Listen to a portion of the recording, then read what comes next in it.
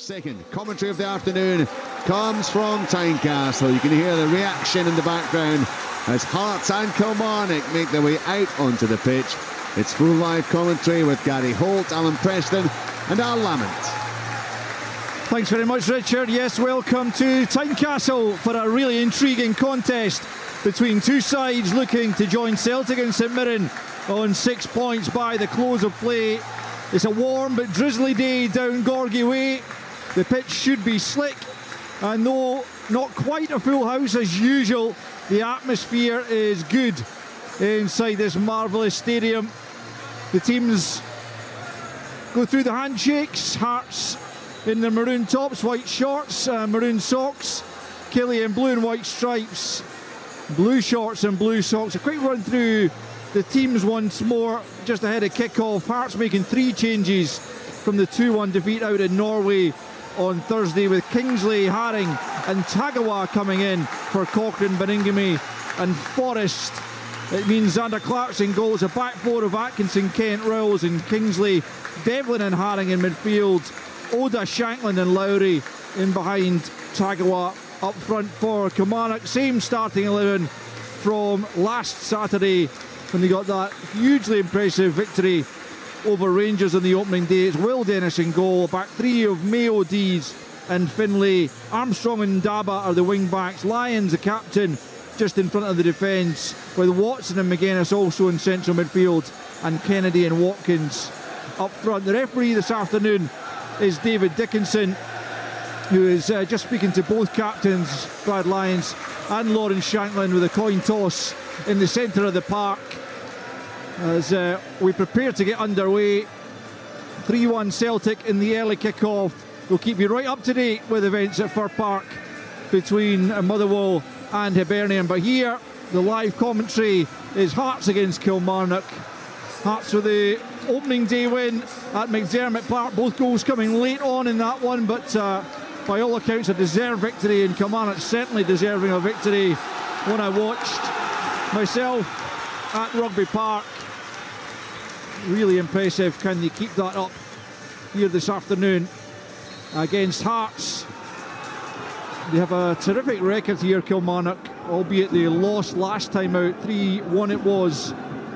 But that was their only defeat here in their last 8 visits. It's quite remarkable. And in fact, in the last 8 games against Hearts in total, that is also their last defeat, their only defeat, I should say, as they tried to come forward in the early stages, but the ball comes off the head of Danny Armstrong. It's out for a Hearts throw-in.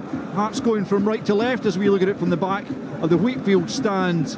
And Alan Preston, you'll have, I guess, been encouraged by the second half showing from Hearts in midweek, and hoping that from a Hearts perspective that continues this afternoon. Yeah, I thought they were very good in the second half, got back into the tie. This is a heavy challenge there by Lyons on Kingsley. No, it was, I think the substitutions made a big difference on Thursday, bringing the likes of Haring on and Kingsley on as well. They made a big impact when they came on. Kingsley playing the ball in for Lon Shank to score a good header. But it's back to domestic business, as you rightly said. Kilmarnock got a terrific record here at Tynecastle, so it should be an interesting game out. It is an early free kick for Hearts after that aerial challenge by Lyons on Kingsley, and the free kick goes Hearts way, just inside the Killie half. It's going to be taken by Lowry out on the Hearts left, just a couple of yards in from the touchline, but Hearts are throwing plenty of bodies forward to the edge of the box as the ball comes in. Haring gets a header and pushed away to the left and behind for a corner kick. Yeah, the offside flag is up. Haring, and indeed Will Dennis wasn't to know that as he threw himself to his left. It was a decent save, one you'd expect him to make, Gary Holt, but a warning sign early on for Kilmarnock. Yeah, definitely, and especially seeing as Kilmarnock's got 3 big centre halves, and Daba's can play centre half as well. They'll be disappointed, but they held the line well, and the keeper's made a good save there. So worrying in one aspect that he got a free header, but the goalie done his job and managed to get it away. Yeah, Will Dennis was terrific when called upon last weekend, just like his teammates really, albeit he didn't have all that much to do, which is a great credit to what was effectively a back 5 last weekend. But this is a different challenge. I will already see a problem for Kilmarnock, because Shankland's dropping into the hole. One of the centre halves of Kilmarnock's got to go and pick him up. It was Dees that time going away into midfield, They're not happy to do it because Hearts will rotate in there. One of these centre halves is going to have to jump forward into the midfield, and it's going to be an uncomfortable afternoon for one of them because they're right out of position there. Yeah, we'll see how that plays out. Maybe forcing Derek McInnes, who does generally like to try and respond to any tactical tweaks from the opposition. So we'll see if he picks up on that early on as Devlin wins the ball on the halfway line and plays it out to Kingsley just inside the Kilmarnock half. 3 minutes in, it's still 0-0 between Hearts and Kilmarnock. Devlin has it, halfway line out to Kingsley once more. Facing up is Armstrong, and then Lowry, who perhaps didn't manage to get quite as involved as he and the Hearts fans would have liked against Rosenborg. But he tries the big switch, comes off Kyle McGuinness and out for a throw-in on this near side to Hearts, just inside their own half. Kingsley to take, looking for options down this left-hand side. Shankland, as Alan says, is dropping off the front with Tagawa, the out-and-out striker. But as he also points out, there's a good amount of interchange there with Lowry and Shankland drifting into each other's positions. Oda's sticking out on the right-hand side for now, as Kingsley takes another throw-in down the left-hand side, headed forward there by Lewis Mayo, who looks to me to be a good permanent acquisition for Kilmarnock, having enjoyed a good season on loan from Rangers last time. Oda picks up on the halfway line. It's a poor ball forward. O'Dees reads it and plays it short to Lyons, who nudges it back to Mayo, and then it's back to the Killie keeper, who launches it long over the halfway line. It's won by Kent, nodded on by Haring, who's in for Beningame. Came on at half-time for the beleaguered Beningame, I have to say. It's a poor first half for the midfielder in Trondheim, involved in both the Rosenborg goals, but he'll come back from that. I think he slightly injured himself in trying to pull back one of the Rosenborg players in the lead up to the second goal. He's not involved in the squad today, but shouldn't have been playing now. Yeah, too soon. 16 months out. I would start him on a European tie away from home after 10 minutes on the bench at St Johnstone. You could see he was short. I don't blame him at all. You know, I think it was a mistake by the management team, and they rectified that at half time. I think he was going to have to come off anyway, injured, but I felt sorry for him. Yeah, it was a tough first 45 for him, that's for sure. Frankie McAvoy, when I asked him about it post-match, said he'd earned the start and they felt he was ready, but you're right, Alan, he definitely didn't look it to me. Anyway, Hearts have it, edge of their own penalty area, 5.5 minutes in, no goals yet.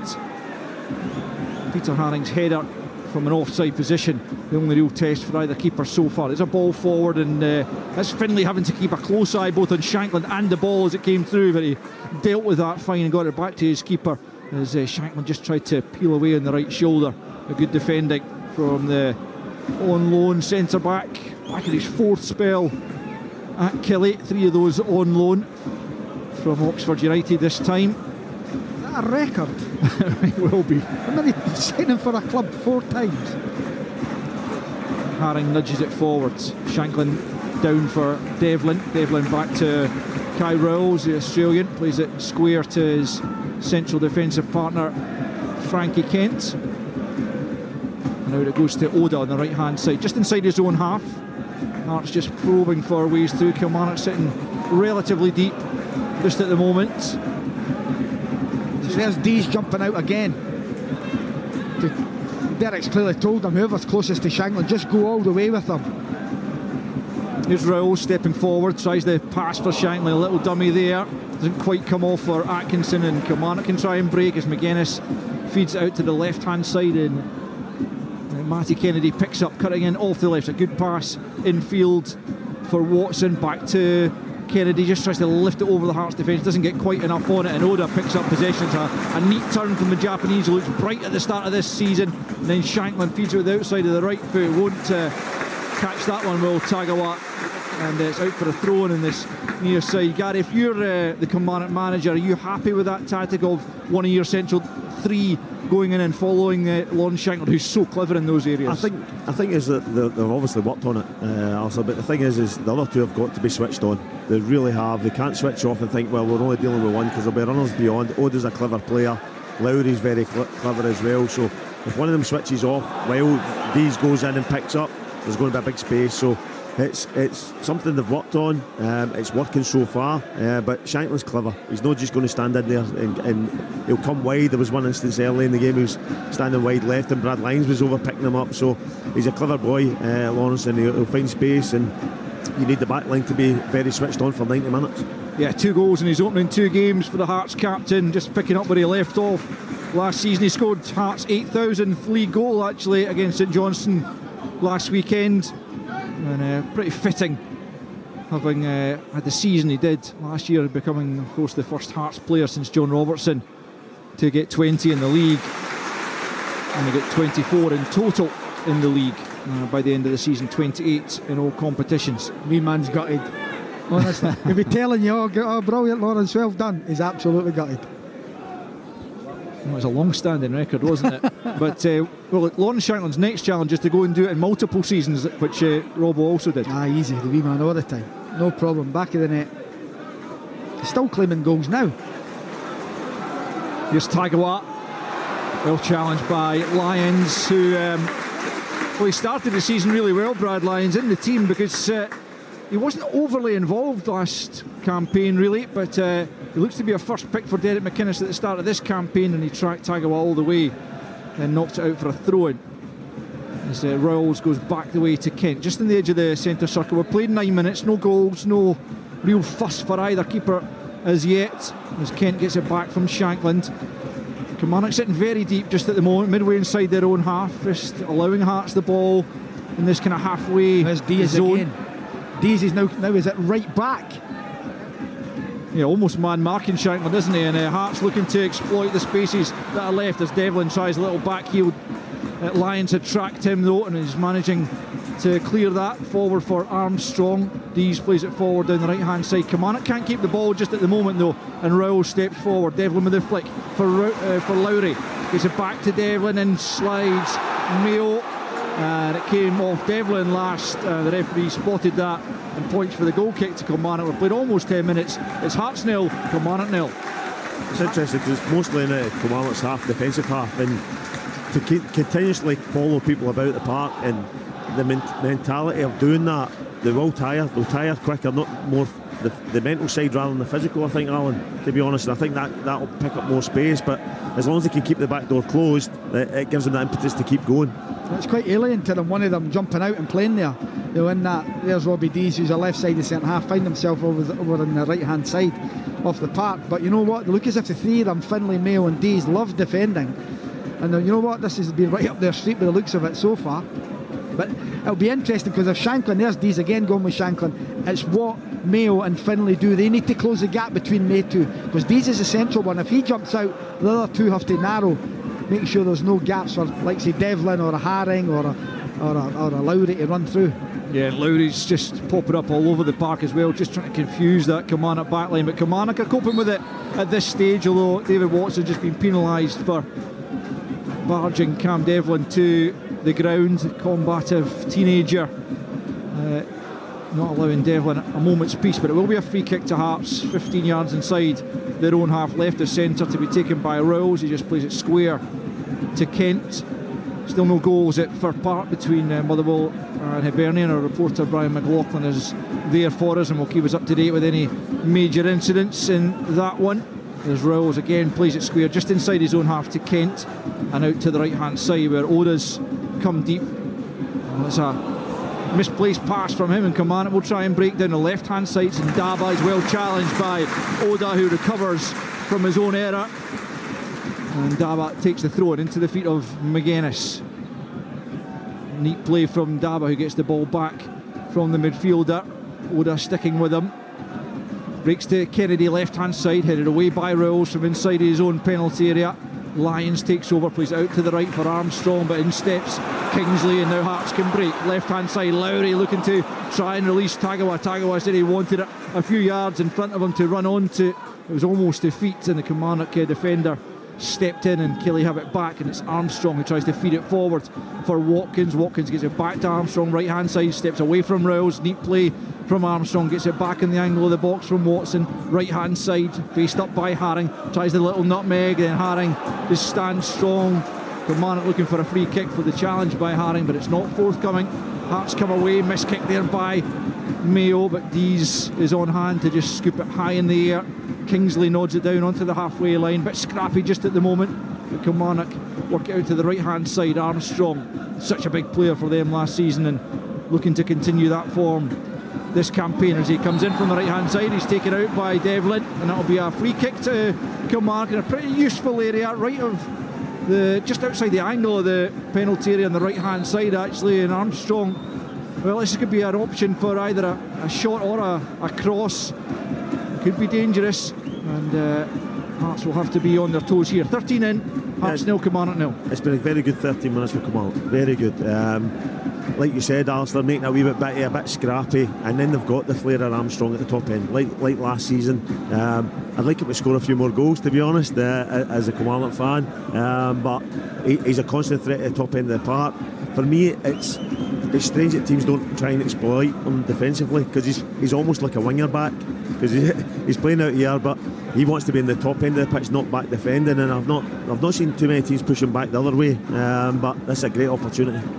Yeah, so it's either the right foot of Matty Kennedy or the in-swinger on the left from Danny Armstrong, who did get 12 goals, which is not a bad tally from wing. That's a poor delivery from Kennedy, headed away by Shankland, picked up by Watson. If you did back out to Armstrong on the right hand side, he wants Kennedy to go beyond them, but he does whip it back in, nodded on, and then nodded a goal by Dees. It's a comfortable take for Xander Clark, his first touch of the ball more or less, and he immediately fires it forward looking to release Shankland, but back goes Watson to head it down for Armstrong just inside his own half, spins away from Lowry, almost quarter of an hour gone, and it's 0-0 as Armstrong gets the better of Kingsley. He's challenged there by Devlin, good tenacity by Devlin, and then a good bit of skill as well to back heel for Lowry, but he didn't realise that Watkins was backtracking, and he dispossesses him, and then Watson steps away from Devlin. Watkins takes back over, he's lost out now, pulls back Lowry, and it will be a Hearts free kick on this left hand side. Almost quarter of an hour gone, as I say. Hearts nil, Kilmarnock nil. It's a big threat, Armstrong, Gary, real big threat. He was terrific here last year as well, causes all sorts of concern for Kingsley or Cochran, whoever's playing on that left side for Hearts. But Lowry there just has to do things sharper. Ball comes to his feet, he's not aware that there's players closing him down, he needs to move the ball quicker. Kent lifts it over the defender on the right hand side for Hearts. Atkinson picks up but can't do much with it, and it's knocked out of play for a Hearts throw in over on the far side, which is the Hearts right. The thing is though, Alan, it's Kingsley against Armstrong. It's almost like Kingsley doesn't want to go too high up the park, but if you maybe put a more attacking player out here and make Armstrong defend against somebody who's just as tricky, would be interesting. Maybe move Oda over this side. Here's Rowles, more or less in the centre spot, a little bit hesitant. Shankland comes in, offers himself short. Dees, as Alan has been pointing out, tracking him all the way to almost a halfway line. Here come Kilmarnock on the break, it's Lyons. Can he find the pass on the left hand side? It's Kennedy's coming in, but Hearts get men back, and it was Kent who got the crucial touch, and then Rowles with the clearance, and Kilmarnock just with a little bit more precision would have been in there, but Lyons just didn't quite have the speed to go himself or the precision on the pass to find Kennedy, and the chance is gone. 0-0. Great break. He just maybe held the pass a wee bit too long. He should have maybe played it earlier, but it was a great break. But then look at the work rate to get back behind the ball for Kilmarnock. That's what they're about. That's how Derrick's got them going at the minute, and it's shown here. Hearts have it inside the centre circle. Kai Rowles, the left-footed Australian centre back. He's forced to check back though, because there's no easy options for him ahead of him, so he has to go all the way back to Xander Clark just outside the D of his own penalty area. 16 and a half minutes on the clock, and it's 0-0, and pretty evenly matched. Hearts probably having more of the attacking play, but Killie look a threat on the counter, as they proved just a moment ago on a slightly better pass, slightly better timed pass, as Gary's saying, might have released Kennedy on the edge of the box, but it was cut out by the Hearts defence, and that's why it's still goalless, as Hearts have a throw-in on the left hand side, more or less in line with the 18-yard line, as they attack, and it'll be taken by Kingsley. David Dickinson is asking for the throw-in to be taken again, as there was another ball in the park. It was literally being thrown off. It was virtually off. I mean, that's just nitpicking beyond belief, and I don't know, maybe I'm getting overly frustrated for nothing, but it just seems pointless. Anyway, Hearts have it. Oda on the right hand side, back to Kent, just inside his own half. Again, he turns back to his goalkeeper, who promptly plays it out to Rowles. Talking of Hearts goalkeepers, Craig Gordon not too far away from a return to fitness as Lauren Shankland finds a lovely ball down the left for Lowry. Lowry on the left hand side of the penalty area, can't get the better there. Well, Brad Lyons, the Kilmarnock skipper, doing a really good job because he was one-on-one, but Lowry gets the break of the ball again, plays it back to Kingsley. Infield it goes, midway inside the Killie half. Now it's Haring for Shankland, back to the Austrian midfielder, and now Kent rolls out to Kingsley on the left hand side. Hearts seen plenty of the ball in this attacking third, but struggling to create any clear-cut chances, and the ball's given away again, and that clearance seemed to come off Kingsley. It's a real tactical game, it really is, and it is. It's a Kilmarnock throw, and it did come off Kingsley, that's right. Yeah, it is. But looking at Lowry, he's a real confident player, a confidence player as well. The crowd, if they get on his back, he may disappear. He's a young boy, remember, not had a lot of first team experience. They need to try and keep off his back. He's lost the ball a couple of times. Yeah, the thing is, Alan, it's the hardest part of football, scoring a goal, and he's trying to create in the final third. You want to be brave and take people on. See, if he loses it, he's lost it in the right area, and they're too quick to jump on his back there. I felt, just go and keep taking them on. At one chance you'll get past them. Lyons takes the throw in down the right hand side. Rowles knocks it forward. Shankland picks up possession about 10 yards inside the Killie half. Well matched there by Mayo, and he's going to break for Kennedy. Kennedy is more or less up on his own, but he's going to run at Frankie Kent, tries to get the shot off. It's blocked by the Hearts defender, and it will be a Kilmarnock corner. I don't know why he's not dragging her up his left. He was almost waiting for the defender to make an option. Sometimes you've got to make it happen. Good defending, you'd say, but I think he's got to drag it on his left and get a cleaner strike away. Now, I didn't think Kent was a favourite there, to be honest. I thought with Kennedy running at him, drive it on with real pace, back him into the box, and you're right, let's say, shift it on his left foot, get the strike away. Good defending in the end. There's a couple of times though Kilmarnock have looked pretty dangerous on the break, and if they can just maybe commit a couple of more bodies forward in those situations, they might be onto something. But they have a chance here, certainly from the corner kick to be taken from the left hand side by Kennedy. Plenty of bodies in blue and white stripes in and around that 6 yard box.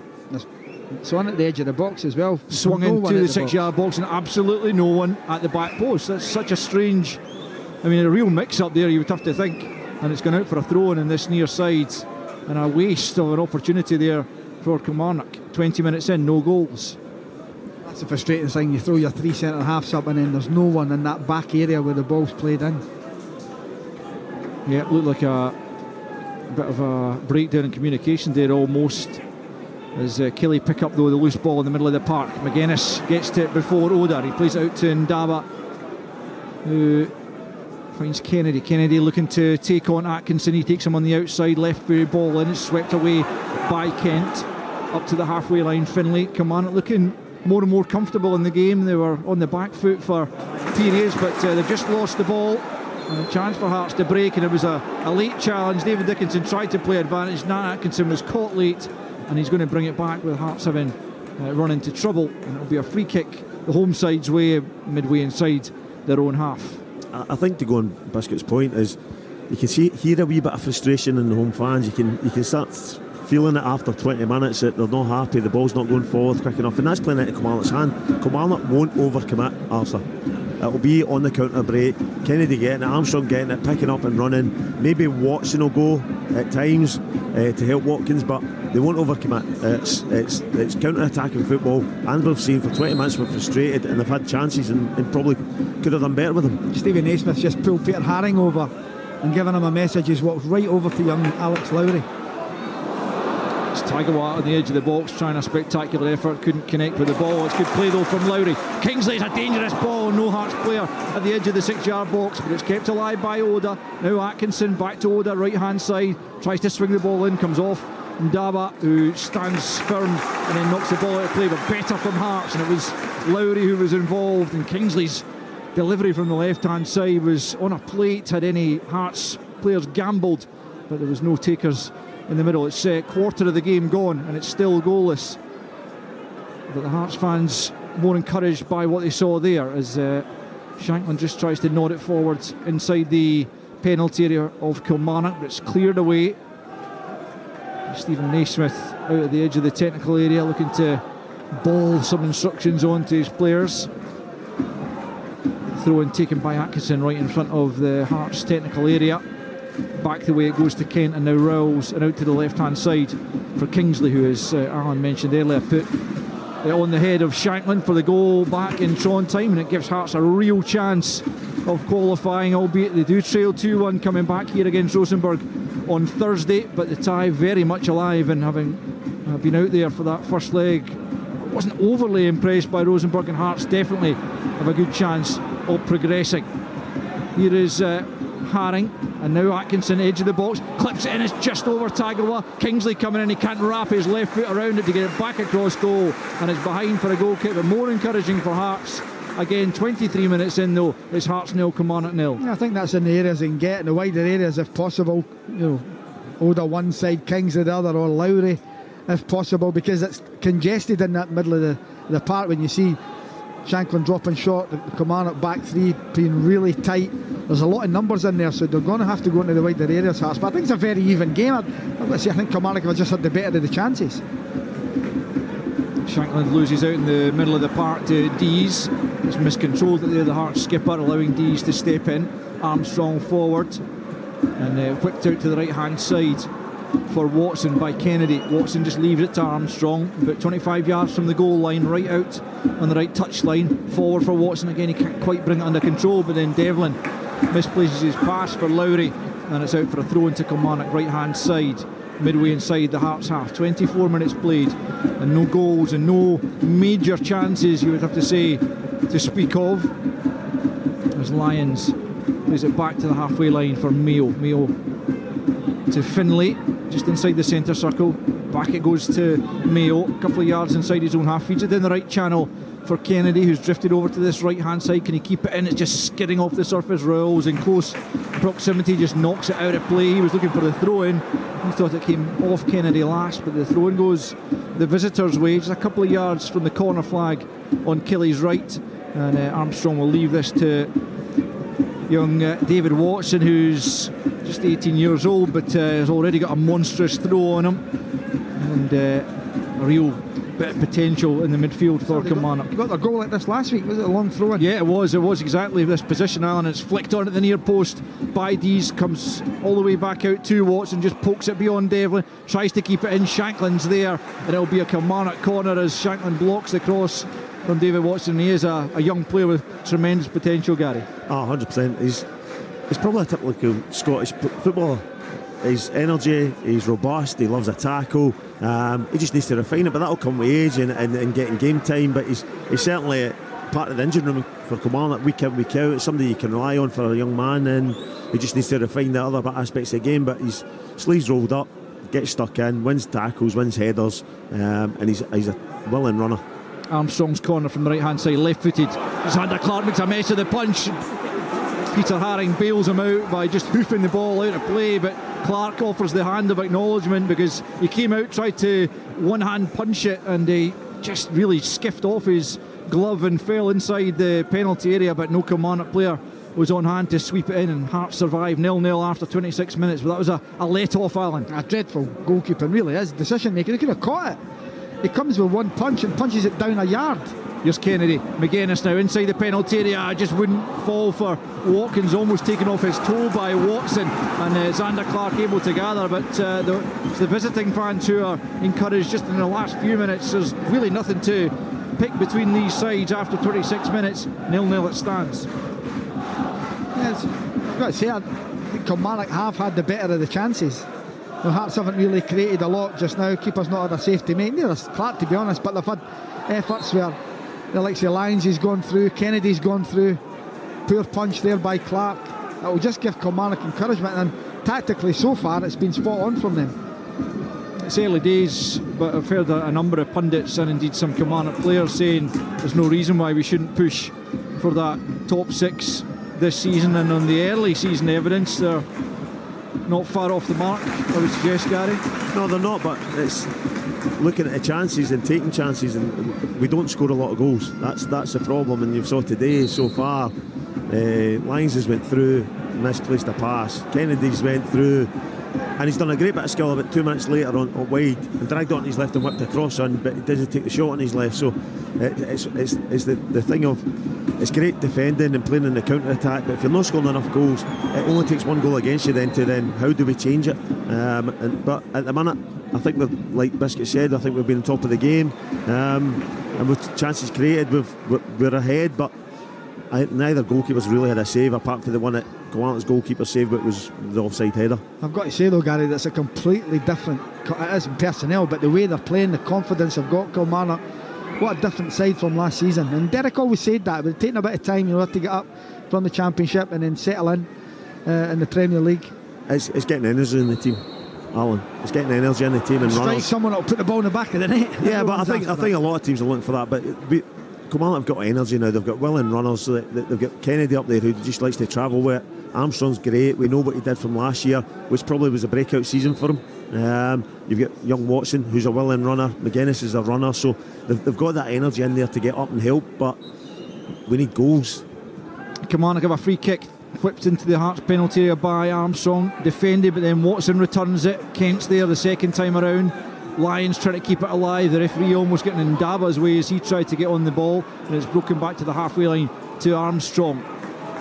Down the left hand side it goes off. Finlay breaks off in Daba as Atkinson tries to clear, and all the way behind for a Hearts goal kick, which allows us an opportunity to cross the far part to hear what's been happening in the early stages here from Brian McLaughlin. Still 0-0 here, all after almost half an hour played. A very stuffy game. The teams formation-wise matching like for like, 3-5-2, and as I say, very stuffy so far. A couple of half chances for each side. Blair Spiddle with a shot from 20 yards for Motherwell was deflected wide.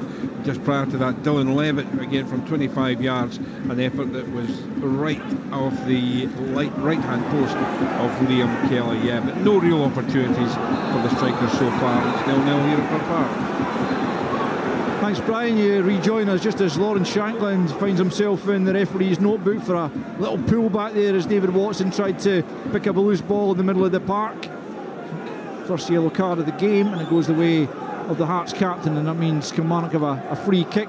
It's just inside the centre circle, but it's another opportunity to throw several of their taller players forward. Dees, Finlay, Ndaba, and Mayo's hung back, but the rest of them are up there. And it'll be Matty Kennedy just inside the centre circle on the half-hour mark to loft it into the penalty area. Haring's favourite to win it, and indeed he does. Watson though gets his head to the second ball, and Daba nods it back to him, left-hand side. Watson back to Kennedy. Kennedy will go back to Mayo, who's the last Killy man, who plays it all the way back, taking absolutely no chances there, and plays it back to his goalkeeper, who knocks it long. Looking for McGuinness to win it, but Kent commanding in the air. Watkins slides in, wins the ball ahead of Lowry. Hearts fans didn't like it, but he won it cleanly, reckoned the referee, as Lowry battles away to win it back, go off Watkins, and now Kingsley back to Rills inside his own penalty area. Half an hour gone, very evenly matched game so far. Hearts 0, Kilmarnock 0, and Armstrong can't keep it in on this near side. And the Hearts fans, I think, letting David Dickinson know that they reckon that should have been a free kick. Fair challenge. Nothing in that. Throwing two Hearts then midway inside their own half to be taken by Kingsley. Both goalkeepers, virtual spectators in the opening half hour or so. As Armstrong wins it back for Kilmarnock, but not for long. Kingsley plays it off him though, and it will spin back to the edge of the Hearts penalty area, where Xander Clark just comes out and then rolls it left-footed back into his penalty area, all in fluorescent yellow. Xander Clark today, as he looks for options up the park, and the Hearts fans, you can possibly hear in the background, just sound a little bit restless, more restless with the way the first half has gone. As Shankland though tries to make some headway down the left-hand side, can't get the better of Armstrong. Was he being tugged? Again, the Hearts fans are looking for a free kick, so too was Lawrence Shankland. David Dickinson saw nothing wrong, and play continues with Hearts back in possession just inside their own half. No, I don't think there was anything in it. I think Lawrence just miscontrolled the ball as he tried to get past. I think he's just get control of it and play behind him, and his body's behind it. There's another misplaced pass there from Kingsley, but back comes Oda to intercept the pass forward from Kelly. The Hearts have it through Atkinson just inside his own half, and then back to Kent. Kilmarnock extremely well organised off the ball at this stage, really difficult to break down, but here's Oda looking to try and pose them a few problems down the right hand side. Now it's Atkinson coming in off the right, gets the ball back from Shanklin, then pokes it to Lowry. Lowry tries to lift it into the path of Shanklin, but it passes off. But again, it's good work from Oda. He's done really well. He's won it back.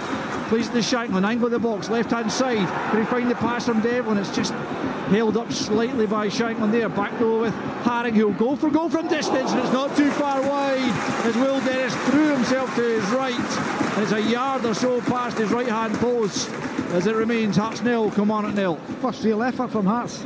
No, goes wide of the target. When the ball squared initially, it's played to Devlin, you think, oh, he's not going to hit it because he's not a prolific scorer. Then it goes to Haring, who again isn't a prolific scorer from midfield, but it's a decent enough effort. But then it's it goes wide of the target. I'll be honest though, Alan, if Haring's getting the ball 30 yards for goal and hitting a shot, I don't think Kilmarnock keeper was overly worried with his record and that. I think Shanklin getting it where he did and then playing it, I think he could have played a better ball to Devlin to go and maybe have a strike, but I think he hit it too far across him. So Kilmarnock done their job defensively. If they're limiting a shot for 30 yards, which, don't get me wrong, I don't want a kiss of death and he puts one in the top bin, but his stats shows that he doesn't do that often. Still goalless then with about 11 minutes to go until the interval. And both sides are still very evenly matched in these opening 34 minutes now of the game, as Finlay just hooks the ball over his head and up towards the halfway line. Haring wins the header on the halfway line. Dees though takes a touch, plays it forward. Can't find a Killie teammate, but I must say that Dees, having made the step up from the Championship, looks very much at home at this level. Alan, he's a good defender. He proved that with him against Cally Thistle, and he's doing well for Kilmarnock thus far. Do you know what he's done, Alistair? He didn't stay at Celtic at 18 years of age. He wanted out. He went to Cowdenbeath in League 2, then he stepped up to Alloa, then to Inverness, and now he finds himself in the Premier League with Kilmarnock and got 160 games under his belt. So he's done it the right way. Yeah, it's worked out well for him. And Kilmarnock certainly limiting Hearts to very few chances so far, and posing a bit of a threat in the counter, but it breaks the way of Shanklin now left hand side. You get a couple of players round him though. Support arrives in the shape of Stephen Kingsley, left hand side for Hearts up towards the edge of the penalty area, left hand side sliding challenge again, that looked to come off Kingsley, but this time David Dickinson points for the corner. Lyons slid in, looked to me like it might have come off Kingsley last, but David Dickinson much closer to the play than I am, and he awards the corner kick from this left hand side for Hearts with 10 minutes to go until the break. Hearts looking for a breakthrough. Lowry to take the corner from the left, right footed. That's good delivery normally, Lowry, but last week at St Johnstone he kept hitting the first post, front man. Looks for that dangerous ball, and it's all the way across goal and behind. Somehow it takes absolutely no... Oh, it actually did take a touch off a Kilmarnock player according to the referee, because he points for a corner kick on the far side, but it looked to go almost all the way across. Didn't really get more than a yard or two away from the goal line, as it was missed by absolutely everyone, it appeared, but perhaps there was a Kilmarnock touch on it, if the referee is to be believed, and it's a corner kick on the far side, but that was a good delivery. No end product though for Hearts. 9 minutes till the break, still 0-0. There we go. As Hearts player Peter Haring hits the deck before the corner can be taken, and the referee just Ndaba grabs him, and Haring's shirt is almost off his back. It's McGuinness who's been spoken to certainly, but Ndaba's just picking himself up off the ground as well. And David Dickinson and Greg Aitken in the VAR room will be keeping a close eye on things as the ball eventually comes in, as Lowry prepares to deliver from the right hand side this time. Back post ball, it's headed away by Dees, and Kilmarnock looking to counter. Dees right up with Armstrong on the counter. Armstrong, can he find a switch for Kennedy? It's a good ball. Kennedy angle of the box on the left hand side. Kilmarnock got plenty of players forward. Back goes Shankland to try and stop the cross coming in. He's held him up well. Applauded by the Hearts fans who recognise the danger there, but still Kilmarnock have it. It's Mayo right hand side, fires in the diagonal, almost comes to Kennedy, but it was Atkinson that time getting a crucial header in. It's picked up by Oda right hand side for Hearts, just feeds it forward rather hopefully Dees is back there now and hoists it clear for the visitors up towards Watkins. Kent gets there ahead of him and then nodded back by Haring to Xander Clark. The Hearts fans urging their team on, looking for an opener before the half-time whistle, which is about 6.5 minutes away. Still 0-0. Here's Lowry midway inside the Kelly half. Reverse pass for Shankland, tries the back heel, but it was read well by Finlay. Just stood up and didn't commit himself. Armstrong looking for a free kick, but it falls kindly for Watkins in the halfway, and Kelly on the break once more. Left hand side, Kennedy running at Watkins, takes the shot on. Xander Clark throws himself to his right, got a glove to it, and it'll be a Kelly corner.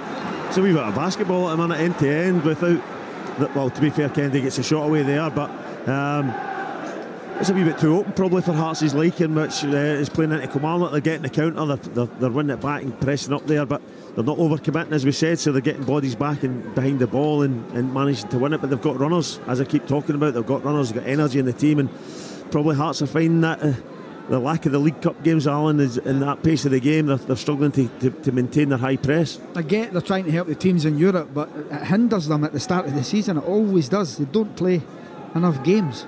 Armstrong's corner, left hand side, fired in left footed, headed away at the edge of the area by Haring. No Hearts players up there to collect though, and it'll be returned by Mayo. Big switch of play out to Armstrong. It's a brilliant ball. First touch from Armstrong, tries to play it beyond Oda, but Oda had read it and was quick enough to turn and spins away from Armstrong and clears it. And it's good play defensively, but it's a rather aimless ball forward, and Dees just returns it and Watkins will get onto it. And it's kept in by Kennedy, and then Armstrong picks up left hand side for Kilmarnock. Devlin battling away to win it, but Kilmarnock also scrapping away, and they have it back. It's McGuinness. It's a foul there by Devlin. He is, and David Dickinson didn't like the challenge. Devlin points to a previous challenge from a Kilmarnock player that he didn't like, but the referee's not interested as he issued Devlin with a yellow and gives Kilmarnock a free kick not too far outside the Hearts penalty area. Still 0-0 with 5 minutes left to go before the half-time whistle sounds. His reputation gets some yellow cards, Devlin. Yeah, he's harshly treated. I think there might have been a foul on the far side, but then he flies into a tackle, and you can't, if the referee's not going to blow, you can't just do that.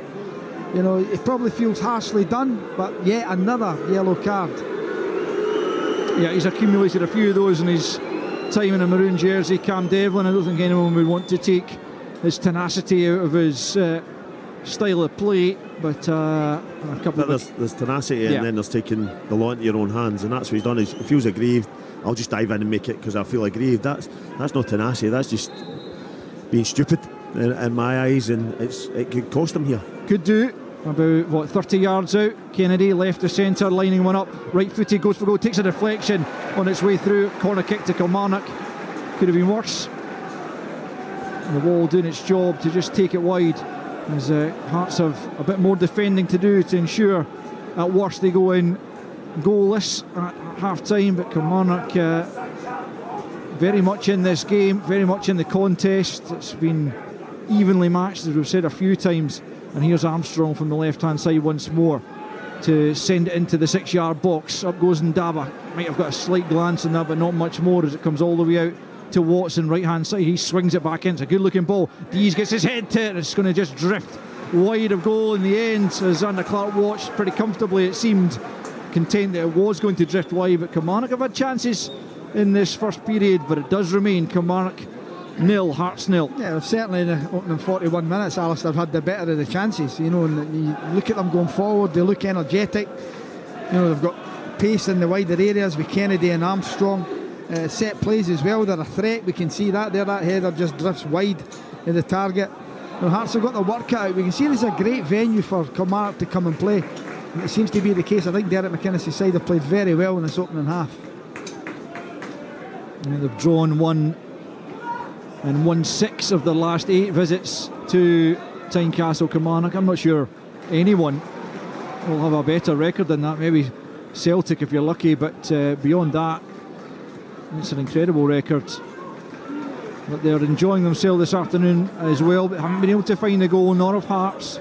And so with 3 minutes left in the first period, we still await the first goal, as we do at Firth Park as well, between Motherwell and Hibs. Remember, Celtic winning 3-1 earlier on up at Pittodrie. Very impressive victory for Brendan Rodgers' side as they look to claim a third successive title. Here come Kilmarnock. Left hand side, it's Kennedy, whips it in, glanced on by McGuinness, good save from Xander Clark. Well, that's the best effort of the game.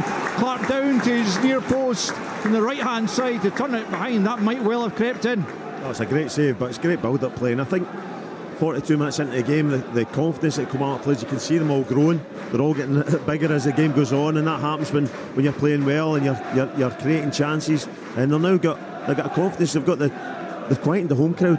Very quiet, there's very little noise coming from the Hearts, and that gives the Kilmarnock players the impetus to go and play, and great save there. Matty Kennedy, left hand side, right footed, swings it into the 6-yard box. Clark gets a good fist at that time, and he was being impeded, reckons the referee, and it will be a free kick to Hearts with just a couple of minutes left in this first period. But yeah, that does go down as a good save from Xander Clark, Alan, to keep out McGuinness's effort. Yeah, brilliant save, good play by Kilmarnock again, good hit by McGuinness and a great save by Xander, diving to his right hand side, knocking it away for a corner. You'll see the highlights of this game and the other two from today, as well as the best of yesterday's action on Sports Scene tonight, 7:15 on the BBC Scotland channel, and again at 11:30 on BBC One. No goals, as I mentioned, from this game or the one at Fir Park as yet. I think that McGuinness, but that McGuinness effort, all the pace is on the cross. When it comes in, it's whipped in at pace. Really good ball in. He just gets the slightest of glances on it. It's a really good save. And Shankland, who's already on a yellow, just has another foul there in the middle of the park. I don't think by any measure it would have been a second yellow. The fourth official. I mean, you can understand Kilmarnock claiming, but I don't think that's a second yellow in anyone's book. But it probably isn't, Alistair, but if he hadn't been booked, it's probably getting a booking. You think? Yeah, because he's frustrated. He keeps giving the ball away. The ball keeps bouncing off him. You can just see frustration. And to be fair, I think it's his third or fourth foul. So if it hadn't been booked, he would have got booked for that one. So it'd have been a soft second yellow. But you can't just keep giving fouls away because you're frustrated within the game. But one thing you would probably say is that he's not getting many more. No, definitely not, because they're silly ones and they're eye-catching in front of the referee. It's not getting a wee niggle or a pull. He's actually taking people out. Shankland trying to help the ball on for Lowry. Gets it back to Shankland, but in steps Ndaba on the edge of the Kilmarnock area.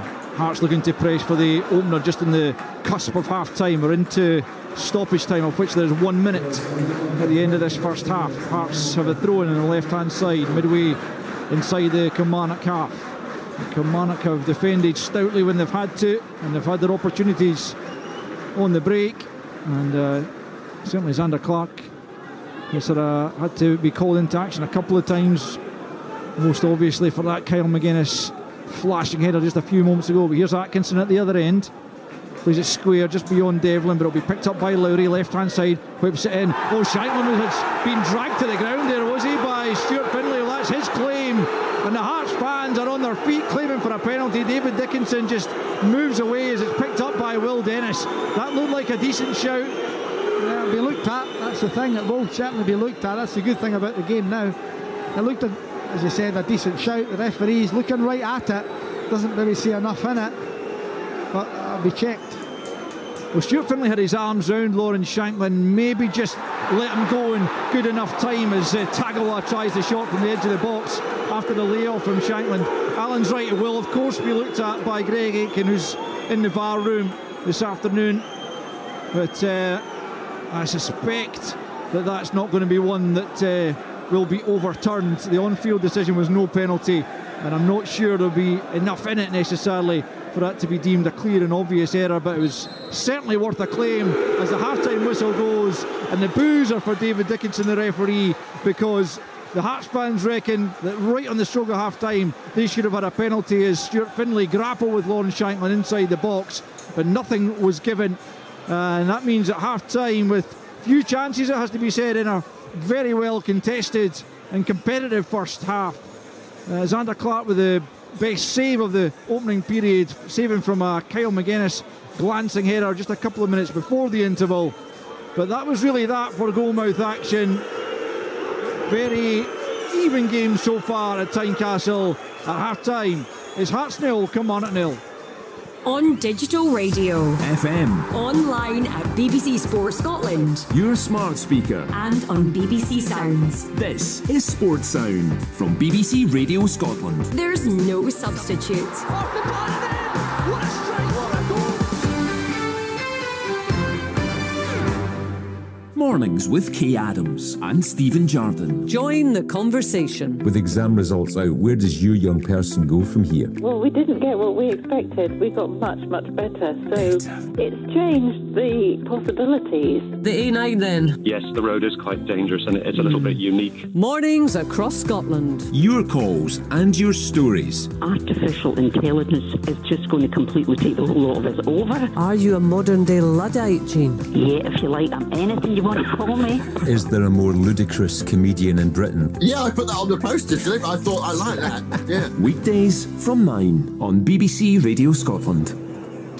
Well, right now you're listening to Sports Sound with me, Richard Gordon, having done the early part of the programme from Pittodrie, where Celtic beat Aberdeen by 3-1. Hot-footed it up to the Aberdeen studio. Listening in to the guys there, great commentary from Tynecastle, goalless it is. Hearts against Kilmarnock. We'll chat more with them in just a moment or two, and we will incidentally get to hear from the two managers in the wake of that game at Pittodrie. There was a slight issue earlier on getting those interviews to you, so we'll hear from Brendan Rodgers and Paddy Robson shortly.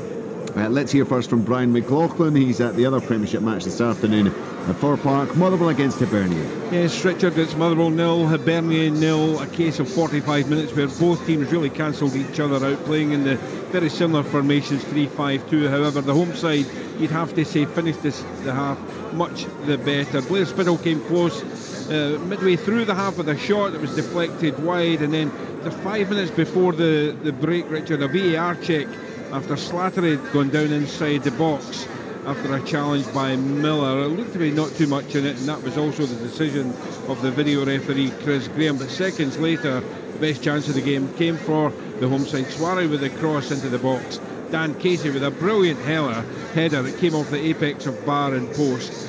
Bear followed up with a rebound that was just wide of the goal, but that's been the best chance of the game so far for Hibernian. It's been a little light, to be fair, up front. Dylan Levitt with a shot from 25 yards after just 4 minutes. That's been the only real attempt at goal by Hibernian in the first half. Don't be too surprised if we see the likes of Martin Boyle in the second half. However, half-time here at Fir Park, it's Motherwell 0, Hibernian 0. I just fear that we curse these matches in the build-up, just chatting about the fact that they're generally very entertaining, certainly usually plenty goals, Motherwell Hibernian, and I can think of a few games between Hearts and Killie that have also been pretty goal-laden as well. But 0-0 it is at Fir Park, 0-0 at Tynecastle. Alan, there seemed to be a big shout just towards the end of the half there. I can't help you out because where I am I can't get access to the games, but it sounded as if the Hearts fans certainly were calling for it. Lawrence Shankland calling for the penalty right at the stroke of half-time. Yeah, it seemed Finlay had his arms round him. I'm not so sure there's enough in it, Richard.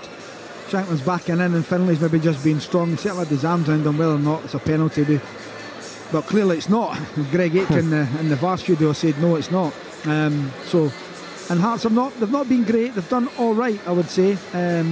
Not created anything at all to cause concern. I think the Kilmarnock defence has been very, very well organised. Shankland going into that pocket at the start of the game, but Deasy's the one that's been going into midfield to pick him up. They've all played well, Kilmarnock really have. They've been the better side. Real power and pace in the wider areas with Armstrong and Kennedy and McGuinness having that shot just before just before half time that Xander Clark turned away for a corner. It's been all right. The game's been okay without being brilliant. Kilmarnock certainly had the better of it, in my opinion. More chances, just look better, and although they look as if they're a counter-attacking team, they like Hearts to come down on top of them. Then they can break with pace in the wider areas and flood men forward. Hearts need to do better. It's just not simply been good enough. They've created virtually nothing. So Kilmarnock, Gary, just almost picked up where they left off last week against Rangers. They have indeed, and probably a wee bit more of an attacking threat when the Hearts have kind of overcommitted. It's been a really enjoyable game for me, sitting watching it. There's a wee bit of edge to it. The crowd's involved. I think the way Kilmarnock's playing, and I said to Alistair, Kilmarnock players are growing minute by minute. the more that they've getting a success of winning the ball back and breaking, Hearts look a wee bit leggy, if I'm being honest, and I touched on it. I think the lack of competitive games is shown, whereas Kilmarnock have just had a really tough game last Saturday, because you know you've got to work really hard against the Old Firm no matter what, in possession, out possession, and that stands in good stead, and the players are growing in stature minute by minute, and it's been really entertaining without a lot of goalmouth action. There's been a lot of good 50-50 challenges at times. There's a wee bit of frustration for the Hearts players, like Cammy Devlin getting booked and Shankland getting booked as well, so it's been entertaining to watch, but probably Derek will be ruining the chances they had, the breakaways they had. They should have made more of them. They didn't watch Xander Clark enough until McGuinness's header, which was a great header from a great cross, but they've had better chances on the break to open Hearts up and get more shots on target. Right, goalless it is, half-time, Hearts Kilmarnock. More to come from Gary and from Alan, and indeed from Al Lamont, our commentator, and we'll keep you right across Motherwell against Hibernian. Earlier there was full live commentary from Bitordry, Abada, Kyogo and O'Reilly, the goal scorers for Celtic, in a 3-1 win against Aberdeen. Miofsky having drawn Aberdeen level in the first half. So reaction to that one now, first of all from the Celtic manager Brendan Rodgers. Brendan, just give us your assessment of that. Yeah, it was a very good win for us. Obviously a difficult game. Conditions, obviously pitch was very long, which slowed the ball for us, but the guys coped very well with it. So I think it was a really good game for us to win this early stage in the season, going a goal up and then getting pulled back. But we showed a good mentality in the game, and Barry, obviously, since he's come in, he's made the team very hard to beat, and they play direct, they get it up onto the last line, so you've got to defend a lot.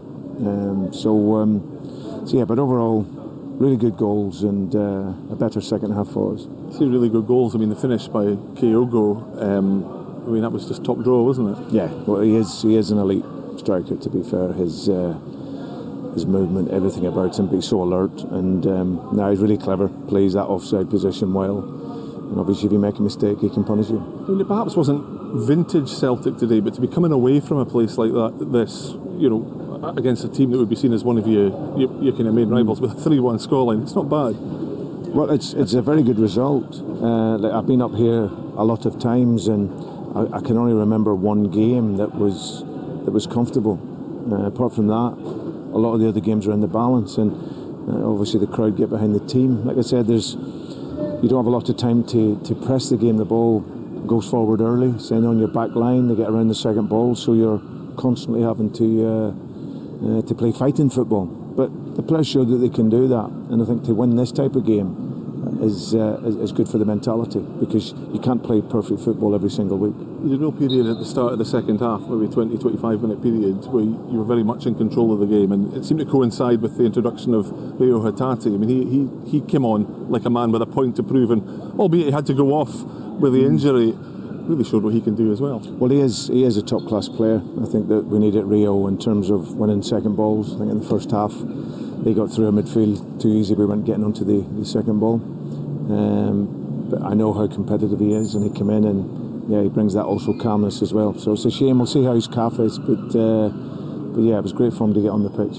The other injury issue, I would imagine, that would be concerning a lot of the fans would be Cameron going off at the break, especially given what he's gone through over the last few months. How is he, and how concerned are you by the injury that took him off?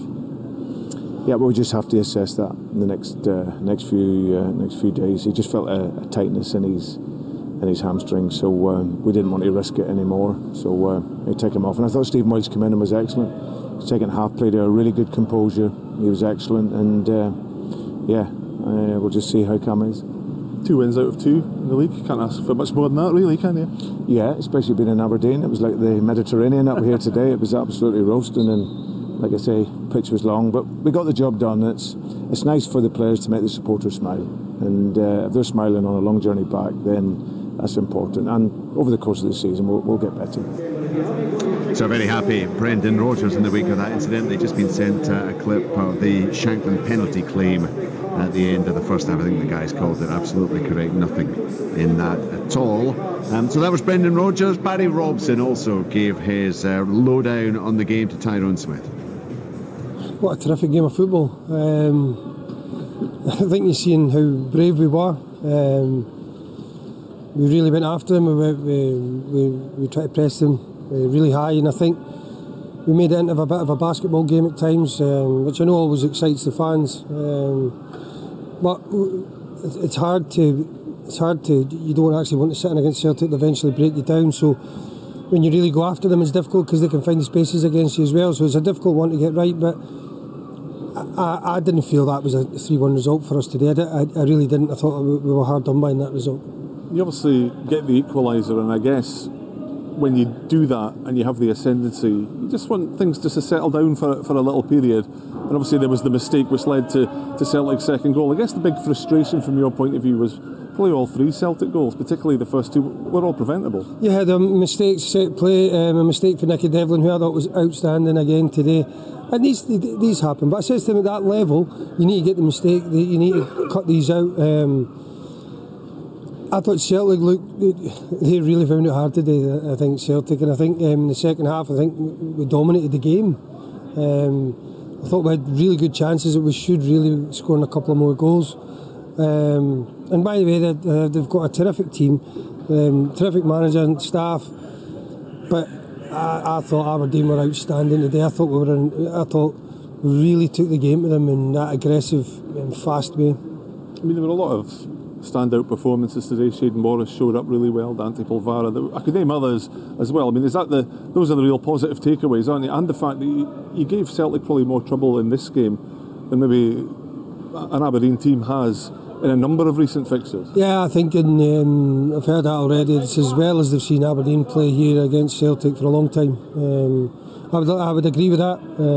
We went for it. We went for them. We tried to score goals. And obviously we lost a few goals, and as I said, it came a bit basketball. We were transitioning them, then they transition us. And I know the fans get excited, and we're a fit team, we're a fast team, we're an aggressive team, and it can suit us at times. But you've got to remember they've got real speed and quality as well, and they show that, which is difficult for us to contend with. Just wondering, but how would you assess the start to the league season that Aberdeen have made? I assess it good. I think that was an unbelievably good performance. I think down at Livingston, we got no injuries on that pitch. We had the 2 best chances of the game. We could have came away. They were 5 games in. It was our first game. 4,500 fans down there. I think it's been really good. Pre-season's been really strong.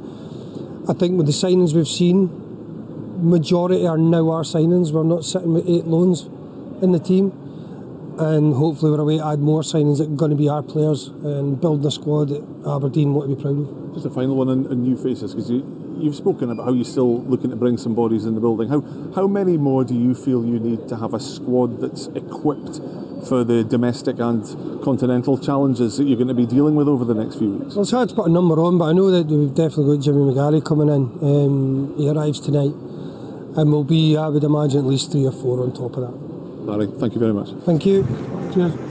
There you go, James McGarry, the New Zealand international, due into Aberdeen Airport this evening. 3 or 4 more signings. When Willie Miller and Pat Bonner were with us earlier, and I asked Willie how he felt Barry would assess the game, he did say Barry would be bullish. I'm not sure bullish even comes close to how Barry was there. Talked about his team being outstanding and unbelievably good. Thought they were hard done by to lose by such a margin. He said it wasn't a 3-1 game.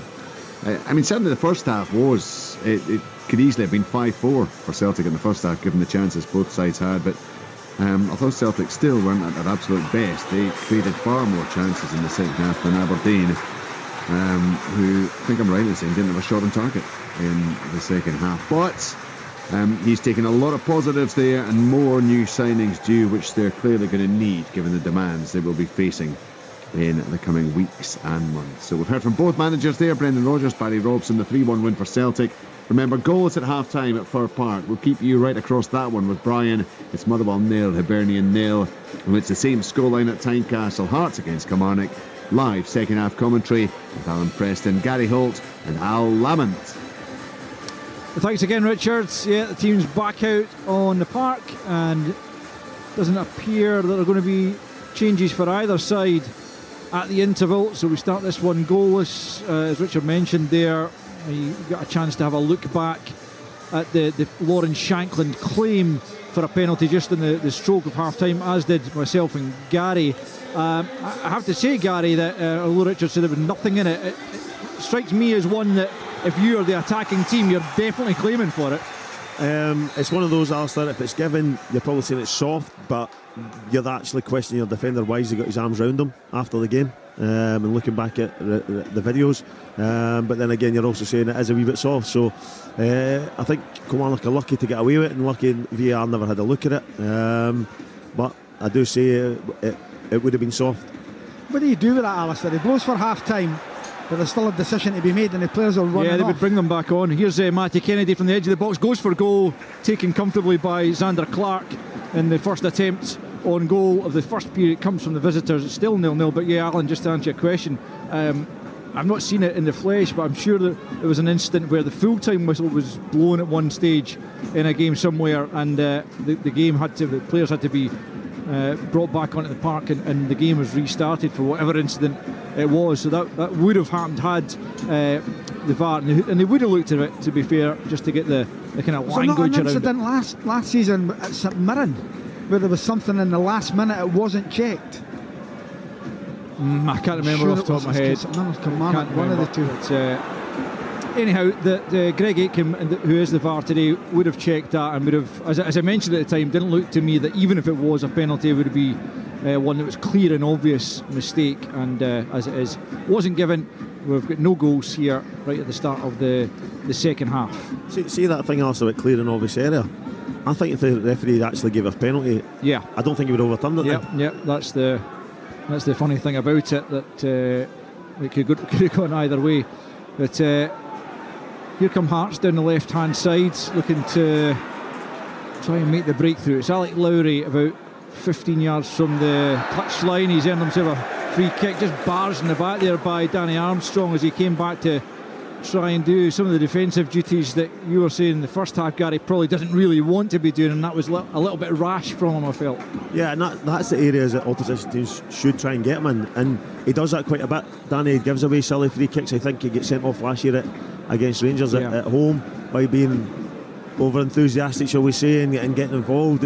It's an area you don't want involved in, and it's shown there, a stupid foul. Which Alex Lowry will take the free kick from.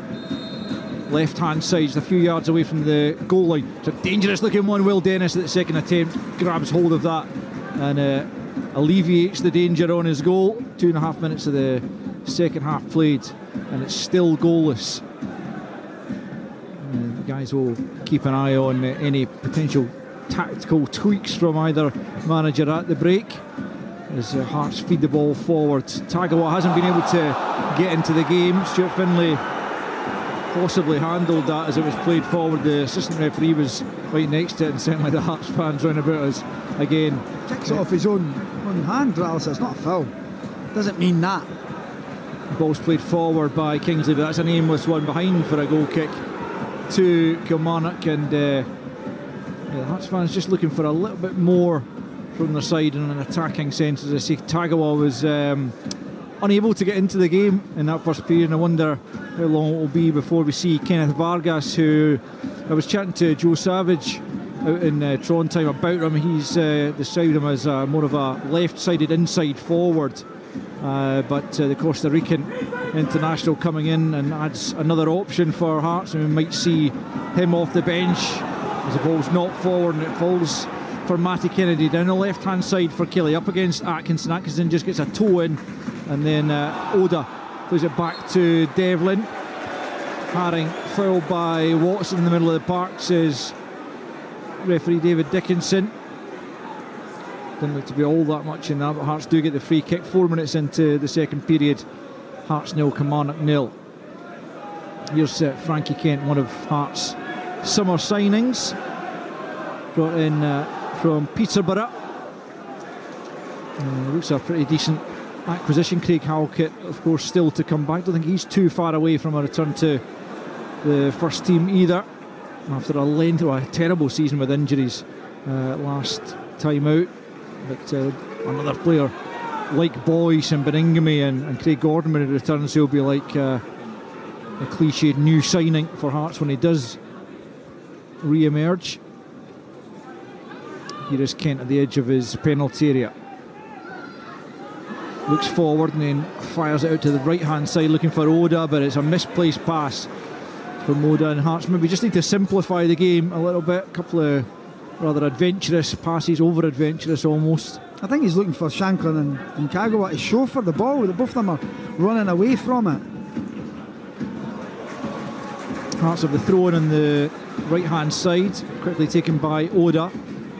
Neat touch back to Devlin from Shanklin, and then back to the halfway line for Kent for Rowles, and now back with Kent on the halfway line and allowed to step forward, plays it into Shanklin. Shanklin holding off young David Watson in the middle of the park. Kent once more to Devlin. Right hand side is Oda. Atkinson now comes in off the right hand side, looks forward and plays the pass square to Haring, who swiftly knocks it out to Lowry on the left flank up against Lyons, and also Armstrong tries to play it between the two of them, comes off Lyons and out for a throw-in on the far side to Hearts, about 15 yards away from the corner flag on the Hearts left. Kingsley will take this throw-in. Played 6 minutes of the second period, no goals at Fir Park between Motherwell and Hibs. As the ball's back with Royals, and now his fellow Australian Devlin looks to clip that over the top, looking for the run of Atkinson beaten to it just by Will Dennis, who made a brave decision to come off his line, but he did well to just get enough on that to knock the danger away. And Kilmarnock survived. Not Atkinson scored a marvellous goal at Rugby Park in the final minute last season. A really spectacular effort it was, as Hearts come forward once more. Oda's pass for Shanklin though is cut out by the excellent Dees. Now it's Ndaba on the left hand side, plays it forward for Kennedy, who goes down pretty easily, but he is given the free kick by David Dickinson. It will be Kelly's free kick just a few yards inside the Hearts half. Hearts nil, Kilmarnock nil. I think Hearts and mouth there when they see the keeper come flying out, but he's made the decision. He has got on the end of it, but it's one of those as a coach manager thinking you want your keeper coming to help, but sometimes in the wrong areas, and I think that was one that he'll look back and think, but he got there, he got on the end of it, and he did his job very well. So Kelly free kick, just about 10 yards inside the Hearts half, 10 yards in off the left flank, as well as Armstrong sends it in, back post delivery, and it's headed out of play by Rowles over on the far side for a Kilmarnock throw-in, and cross trots young Watson for another long throw-in, as Alan mentioned in the first half. It was this kind of area he launched one for the only goal of the game last weekend, as John Suter, the former Hearts centre-back, struggled to clear his lines, and in stepped Brad Lyons to sweep in the winning goal against Rangers. In this one comes Finlay trying to help it on, but Hearts deal with it, and Lowry clears his lines up towards the halfway line. Mayo gets his head to it. Armstrong tried to let the ball run across him, but Oda's nicked it from him, then can't quite find the pass, and in slides Dees to make sure that Hearts couldn't keep possession. 8 minutes into the second half, still no sign of a goal. You just wonder if you're Derek McInnes, you're happy the way things are going. If you're Frank McAvoy, you look at your bench, I think, did you bring Boyce on? Is he something different for you? Kennedy goes down just at the edge of the box, but there was nothing in that, and nothing given as a result. And Hearts able to clear as Shanklin gives chase, but Dees will get there before him and just knocks it back to his goalkeeper Will Dennis, who's yet to concede in the Premiership.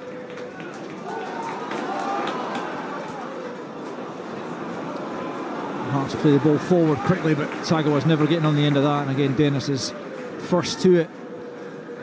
Bowls it out underarm for Finlay, who won a Scotland call-up with his performances at Kilmarnock last time he was here, and looking to impress again on loan from Oxford United. A miscue there from Frankie Kent as he tries to deal with a through ball, and it's out of play for a Kilmarnock throw-in on the left-hand side. And Hearts, who were vastly improved in the second half against Rosenborg, haven't really lifted their performance so far in this game since half-time, as Kennedy comes down the left-hand side and he's taken out by Atkinson. It will be a clear booking as Atkinson with a despairing challenge there as Kennedy went past him down the left-hand side. It's great to be Kennedy again, just committing his man, but you're also looking at Hearts and thinking the bench needs to have an impact like it did in the last couple of games for them, because they do look leggy. I know I'm touching on it again, but they do look as if not enough competitive games is catching up with them, and they need to change it, because it's a wee bit pedestrian, I think, Alan, for me. There's no pace about them, and they look a wee bit disjointed up the front with Shankland and Tagawa. Who runs, who drops, and they're not really having any end product up there. And they've got defending to do here to keep the scoreline blank as Kennedy and Armstrong stand over the free kick. Left hand side, a few yards outside the penalty area. It's Haring who gets his head to it. Comes to Watson on the right hand side, just sends it back in. Dees is up there, going to attack it. He leaves it for Armstrong, who miscues the header and plays it wide of goal when he really should have at least tested Xander Clark. Maybe it was just thought Robbie Dees was going to take the header on, but clearly Armstrong shouted, he got the header in, but it doesn't test the keeper, and it remains Hearts 0, Kilmarnock 0. Yeah, Hearts have got to change the flow of the game. Kilmarnock have been the better side. Again, at the start of the second half, another effort there. I think you would get Tagawa off and bring Boyce on. It looks like Boyce is just taking his subs jacket off there, Alan, to be honest, so change is imminent. Yeah, it's Kilmarnock who look the marginally better side just at the moment. Not a great deal between the sides, certainly, but they've had the better opportunities, and that last one from Danny Armstrong was should at least have got on target, Gary. The wrong guy at Filton. Yeah. I think that's what you're trying to say, Alistair. But he should be heading it across goal to make the goalie work. Yeah, I just wonder, Robbie Dees obviously did get the shout. Maybe he couldn't have reached it anyway, that's the thing, but you would definitely want him on the end of that type of effort rather than Danny Armstrong, but nonetheless Armstrong should have been working the keeper. We've played 11 and a half minutes of the second period, and as the guys are saying, Liam Boyce is about to enter the fray for Hearts. I wouldn't be too surprised if it was Kyosuke Tagawa who made way. Hasn't really been able to impact the game as Watson hurls in another long throw. Finlay gets on the end of it. Up in the air it goes, off the head now of Kennedy, and now Ndaba inside the penalty area. Left hand side just forced out of the box. Just plays a little clip ball into the feet of Kennedy, who's tracked by Oda. Does enough to make it difficult for him. Still gets the ball into the box again, but it's swept away by Shankland, and Mayo just touched that back to Will Dennis in the Kilmarnock penalty box, and the keeper then launches it long again over the halfway line. Watkins and Kent tussling. It goes over the two of them, and Rowles nods it back to Xander Clark as Boyce awaits the ball going dead, and then he'll be brought on to add his goal scoring threat and technical nous to the game. Another man who's had a bad time with injury of late, but back to full fitness, and Hearts will hope he can make a positive impact coming off the bench as the ball goes back to Xander Clark from Kent inside his 6-yard box. 13 minutes gone in this second period. Still no goals at Fir Park either between Motherwell and Hibs. Will get an update from Brian McLaughlin, a reporter there at some juncture. Here's Stephen Kingsley, the left back on the halfway line for Hearts, plays it back infield to Rowles. Remember, Hearts back in action here against Rosenborg in the second leg of their Europa Conference League third round qualifier, looking to overturn a 2-1 advantage. Now, I have to say they'll have to be better than this to do so. Here's Oda, right hand side for Hearts, looking to inject a bit of pace, but Atkinson's attempt at the 1-2 was pretty woeful, it has to be said. Behind for a goal kick, and it's Lowry who's coming off actually. I mean, he's been relatively quiet, Alan, but you're surprised it's him who departs? Yeah, I am. You know what, he's been alright, he's been okay, he's better than he's shown. He was very good last week when he came on. Today I'm not so good, but he's been alright. He's a top talented young player. So what they're going to do is Boyce will go and play up now, Tagawa will go and play on the left hand side, and they're virtually playing 3 up front now, Hearts. Yeah, Shankland's going pretty high as well, isn't he? And so a little reshuffle there from the Hearts management team as Will Dennis prepares to take the goal kick. Kilmarnock going from right to left as we look at it from the back of the Wheatfield stand, which is the one opposite the main stand here at Gorgate.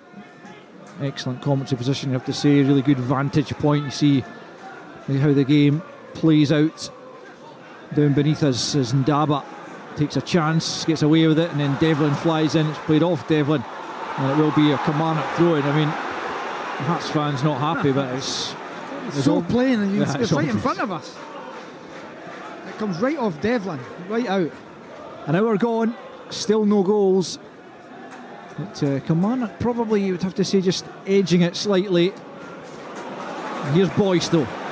First chance he's had to do anything since he's coming on. Found Shanklin at the edge of the box, just tries to clip it through there for Tagawa coming in off the left, but couldn't quite link up. As Stephen Kingsley was trying to pick himself up off the ground there and then clashed with Armstrong, and he's hurt himself again. And David Dickinson, the referee, just checking he's okay. Let's cross to Fir Park then on the hour mark here at Tynecastle. Everything's going between Motherwell and Hibs. Brian McLaughlin. Yeah, an hour gone, still 0-0 here. Motherwell have a corner that's easily collected by David Marshall. Motherwell have had a couple of really good opportunities, so O'Donnell with the ball into the box. Conor Wilkinson was there. He looked as if he had a clear shot at goal, decided to take an extra touch though, and that allowed the Hibs defence to come back and clear the ball. Spiddle also sent through 1-1 with the goalkeeper, took it early but shot wide off the target. Hibs made a couple of changes. Levitt and Vente replaced at half-time. Martin Boyle and Adam Lefondre have come on, and Motherwell have also made a change. Theo Bair's made way with Mika Bereth, the 20-year-old Dane on loan from Arsenal, on. I can tell you he's a big imposing figure, and the Hibs defenders are in for a handful for the last half hour. However, Fir Park here with an hour played. Motherwell 0, Hibs 0. Thanks, Brian. We'll be back with you if anything eventful happens before full time. Nothing eventful happened here since you last heard from us, as Stephen Kingsley is back on his feet. Doesn't look entirely comfortable. He's just had a bit of treatment and just trying to walk off the knock he took there. It will be a Hearts throw-in over on the far side, just at the mouth of the tunnel, for those who know the layout here at Tynecastle Park. And it'll be taken by Peter Haring in the absence for the moment of the left back Stephen Kingsley. Down the left it goes. Devlin heads forward. It's Boyce trying to make a nuisance of himself. Kennedy there though to win it for Kilmarnock. Then McGuinness wins the 50-50 with Haring, but it breaks for Rowles, and Rowles plays it to Boyce. Boyce just tries to nudge it through to Tagawa, but Kilmarnock step in, and it's won by Mayo for McGuinness. Former Hibby, of course, didn't really happen for him at Easter Road. Again, another player who's had a hellish time with injuries in recent times, as Ndaba and Boyce come together. Sore one there for Ndaba, but it was a fair challenge, and Shanklin picks up on the halfway line and plays it to Atkinson. Again coming in off the right hand side, the Australian. Central area now, plays it back for Rowles. Let go by Tagawa. Boyce links up with him. Tagawa can't keep it though, and Kennedy will chase that onto the halfway line, left hand side. Back comes Devlin. Kennedy, little step over, in off the left he comes. Still Kennedy going, about 30 yards from goal. Plays it for Armstrong, right hand side into Kennedy once more. Just tries to lift it back into the path of Armstrong. It was an ambitious one, and Kingsley able to clear up to Shanklin. Shanklin grappling away there with Mayo still battling. Haring comes in. Shanklin picks up possession, then tries the big switch to Oda. Can't take a good first touch. Is really poor from the Japanese. A great ball from Shanklin, and Oda really needed to take that in his stride, Alan Preston, but took his eye off it, I think, and it comes out for a throw into Kilmarnock. Still 0-0. Yeah, it's a great ball from Shanklin, 40-50 yards from his left foot right to Oda's foot, and he just miscontrols it, and I think that just sums Hearts' display up today. Not a miss pass in that chance, but certainly miscontrol. It's just not been there. And you're right, Alistair, if they're going to play like this on Thursday, they'll go out. They need to get the intensity up. They need to, because as it sits, Kilmarnock, it's quite comfortable for them. They're in their shape. They're holding their shape. They're hitting Hearts on the break. They've got problems in the wider area for Hearts. I think Kilmarnock will be very happy. And the way the game's going, you would think that Derek McInnes might be raging if he don't win this game. Haring fouling Lyons there on this left hand side. Kilmarnock players looking for another yellow card there for Haring. No, I think it was Atkinson threw the ball away. Right. And under the new rules, they're just meant to leave it and walk away. Yeah, that's true. Yeah. So he's a lucky boy, because the referee was actually looking this way when he actually threw it away off the part. So yeah, and Atkinson's been booked. That's probably the issue there. But no further action taken against Nat Atkinson, but it will be a free kick to Kilmarnock. Midway inside the Hearts half, left hand side. Armstrong sends it into the penalty area, headed on by Lyons towards the back post, but no Kelly players there, and Kingsley gets time. It's a poor clearance, only as far as Dees, but Finlay can't get it back to him. Dees does really well there, comes back to Finlay. Oh, it's so close to an absolute barnstorming finish from Stuart Finlay. He can't believe that hasn't found the target. I thought that was top corner bound, but just past Zander Clark's left hand post, and it remains Hearts 0, Kilmarnock 0.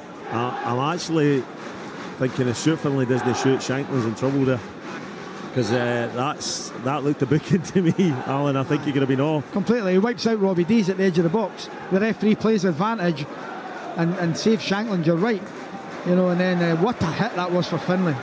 I honestly thought it was whistling in. I thought it was flying in that top corner. That must be so close. He's got a habit of scoring here as well. Hearts have a free kick, and there's some ironic, I think, cheers from the Hearts fans who probably feel that David Dickinson has been rather harsh on them. There's been a goal at Fir Park. Let's cross quickly to Brian before this free kick's taken. It's a goal for Motherwell coming after 63 minutes. Blair Spittle with the finish, but it was made by the man I'd just spoken about, Mika Bereth. He bullied Lewis Stevenson down the right hand side, cut the ball back into the path of Blair Spittle, who knocked the ball into the back of the empty net.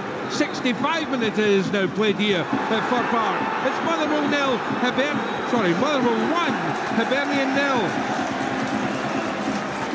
Thanks, Brian. There's a yellow card being shown here to Danny Armstrong for not retreating far enough at the free kick, which is about to be taken by Stephen Kingsley. His Hearts get an opportunity here to try and threaten the Kilmarnock goal.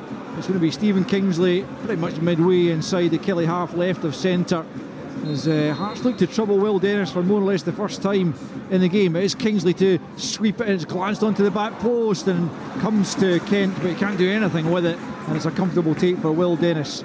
I think this is a new signing. Vargas is about to come on. Yeah, Vargas and young Aidan Denham, who came on in Trondheim as well for I think what was just his second Hearts appearance. He's about to make his third from the bench as well, as Hearts look for something different. This has to be Kagawa this time, and then I would take Devlin off because of his booking. There's a few Hearts players just treading a little bit of a fine line. They're not going to take Shankland off, are they? Here come the changes then. Tagawa is one of them, who's going to be replaced by the aforementioned Kenneth Vargas, a new signing, Costa Rican forward. And it is Devlin, Alan's called it absolutely spot on, who will be replaced by young Aidan Denham, 19 years old, central midfielder. I just think tiredness, you know, Devlin he plays on the edge, he's already been booked. It's a good decision by the management team to get him off, because he's tired. You just never know, he'll overrun the ball or he'll go into something, and then Hearts are down to 10 men. Shanklin has to watch as well. Atkinson the same, has to watch, as does Armstrong now. It's a free kick to Kilmarnock, taken short. Kennedy flips it into the area. Finlay wins the header, but out comes Zander Clark to take that one pretty comfortably. Still 0-0 here then, 68 minutes gone in the game, and it's looking more and more like one goal might decide it, if it's to be decided at all. Zander Clark preparing to kick long. Boyce takes it down, a nice first touch, lays it back to Haring, just 10 yards inside Kilmarnock's half, up to Shankland. Vargas now with his first touch in a Hearts shirt, back to his left back Stephen Kingsley. The attempted cross came off Vargas, and it will be a Kilmarnock throw-in over on the far side. The Kelly right, they've yet to go to the bench. Kyle Vassell, their new captain, is an obvious option there if they're looking for a change up front at least. Here's Boyce picking up about 35 yards from goal, just tries to play it into the path of Shanklin, but Finlay had a close eye on that one and just knocks it clear from the edge of his own penalty area. Picked up by Kent, who'll go back to his goalkeeper. Zander Clark now closed down by Kennedy. Oh, no. That's a poor pass. Armstrong will pick up the loose ball right hand side for Hearts. Back comes Vargas, and then down goes Armstrong. The assistant gives the free kick in, or at least indicates that it should be a free kick to Kilmarnock. Right down at the corner flag as Haring and Vargas went in on Armstrong, and Kelly will have the chance just a few yards away from the corner flag on their right hand side to create some more danger here. Still 0-0 though, almost 70 played. I think Haring's in a bit of trouble as well. You know, this will be a free kick to Kilmarnock, so when the ball comes in, Haring's going to be off, and he's one of their main guys in the air. Kilmarnock have caused a bit of problems with their set plays. They're a big side when you look at Mayo and Dees. Finley's gone up there as well. They're a big side. Yeah, it's a bit of bother here for Peter Haring, who gets treatment over on the far side of the stadium. It was Connor Wilkinson, incidentally, who got that goal for Motherwell against Hibernian. And Kyle Vassell looks like he's ready to come on here. I don't think Derek will want to make too many changes, Alistair. Probably Vassell, like you touched on, would be the change, because you don't want to upset the flow of the game. Kilmarnock are kind of bossing it to an extent. They're not under any pressure. You make changes, you give the impetus to Hearts, take the energy away from Kilmarnock. So I would think it would only be Vassell at the minute, and see how the rest of the next 10 minutes pans out, and then the last 10 minutes see where, if they need to take some tired legs. But I can't see him making wholesale changes to upset the rhythm. So Kelly have a free kick with Peter Haring on the touchline now after treatment, but it will be Kennedy, cuts it back. McGuinness doesn't get a hold of the shot, and it's easy for Denham to clear. Watson returns it into the penalty area. It comes. There's Mayo across goal, and it's just ahead of Watkins. He couldn't slide in to make contact and knock it home. His Hearts lived dangerously. It's a really poor ball across to McGuinness. If it's slipped on the grass, there's no reason to fire it in bouncing. He comes on, he's in acres of space, but they managed to work it, and it was a good ball across. I think it was a shot rather than a cross, but we'll give him it. Yeah, either way, didn't end up in the back of the net. But here's Watson with another long throw in from the right hand side. Dees can't make it. Fired in by Kennedy, and it comes off the face of Lyons, as it looked like it might have been destined for the back of the net, but for his teammate's intervention. He knew nothing about that, Brad Lyons. Matty Kennedy really got a hold of the shot, but Lyons was the unlucky Kelly player, just 12 yards out, blocking the effort and saving Xander Clark the effort himself of keeping it out, as Watkins picks up, and it's Kelly definitely on top at this juncture in the game. It's Ndaba, left hand side, swings it in, back post. Kingsley nods it down to Xander Clark. Cool defending from the left fullback, and Clark bowls it out for Boyce. Boyce can't get onto it. Mayo steps in away from Boyce. Little step over away from Vargas as well. Might have had the advantage there, but David Dickinson blows for the free kick Kelly's way. I don't get Clark what he's doing. Hearts are under the cosh here a bit. They're tired legs after the trip. He collects the ball and he throws it quickly. Just calm the game down, take the sting out of it. Kilmarnock have got the impetus just now. They're the team on the front foot.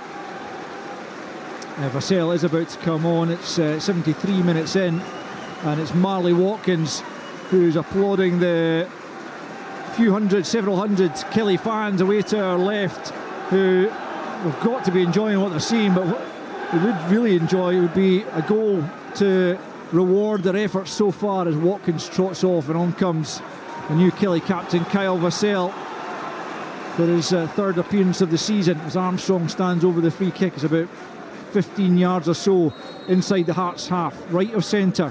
Armstrong sends it in, Finlay stretching across goal, it comes, it's knocked away by Rowles, and then Haring plays it off Dees. It will be a Hearts goal kick, but if the goal is coming, it looks very much like it will come for the visitors. Still 0-0 though. Well, and if you're a Kilmarnock fan, if they can play like this, like they did last week and again today, you're in for a treat this season.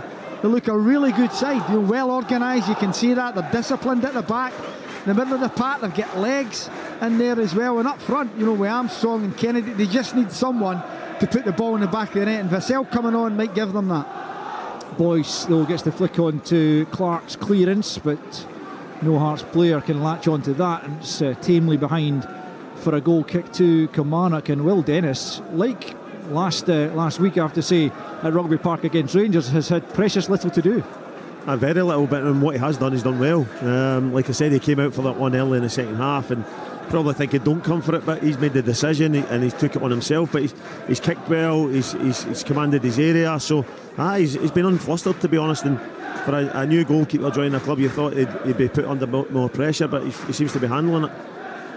Sliding in there went Brad Lyons, up to Vassell it goes, he can't hold on to it, but he's got a free kick, and the Hearts fans aren't happy, and I must say this occasion I agree with him. I didn't think there was an awful lot in that, Alan. No, I would agree with you. I don't think it was a foul, but again, Atkinson kicks the ball away.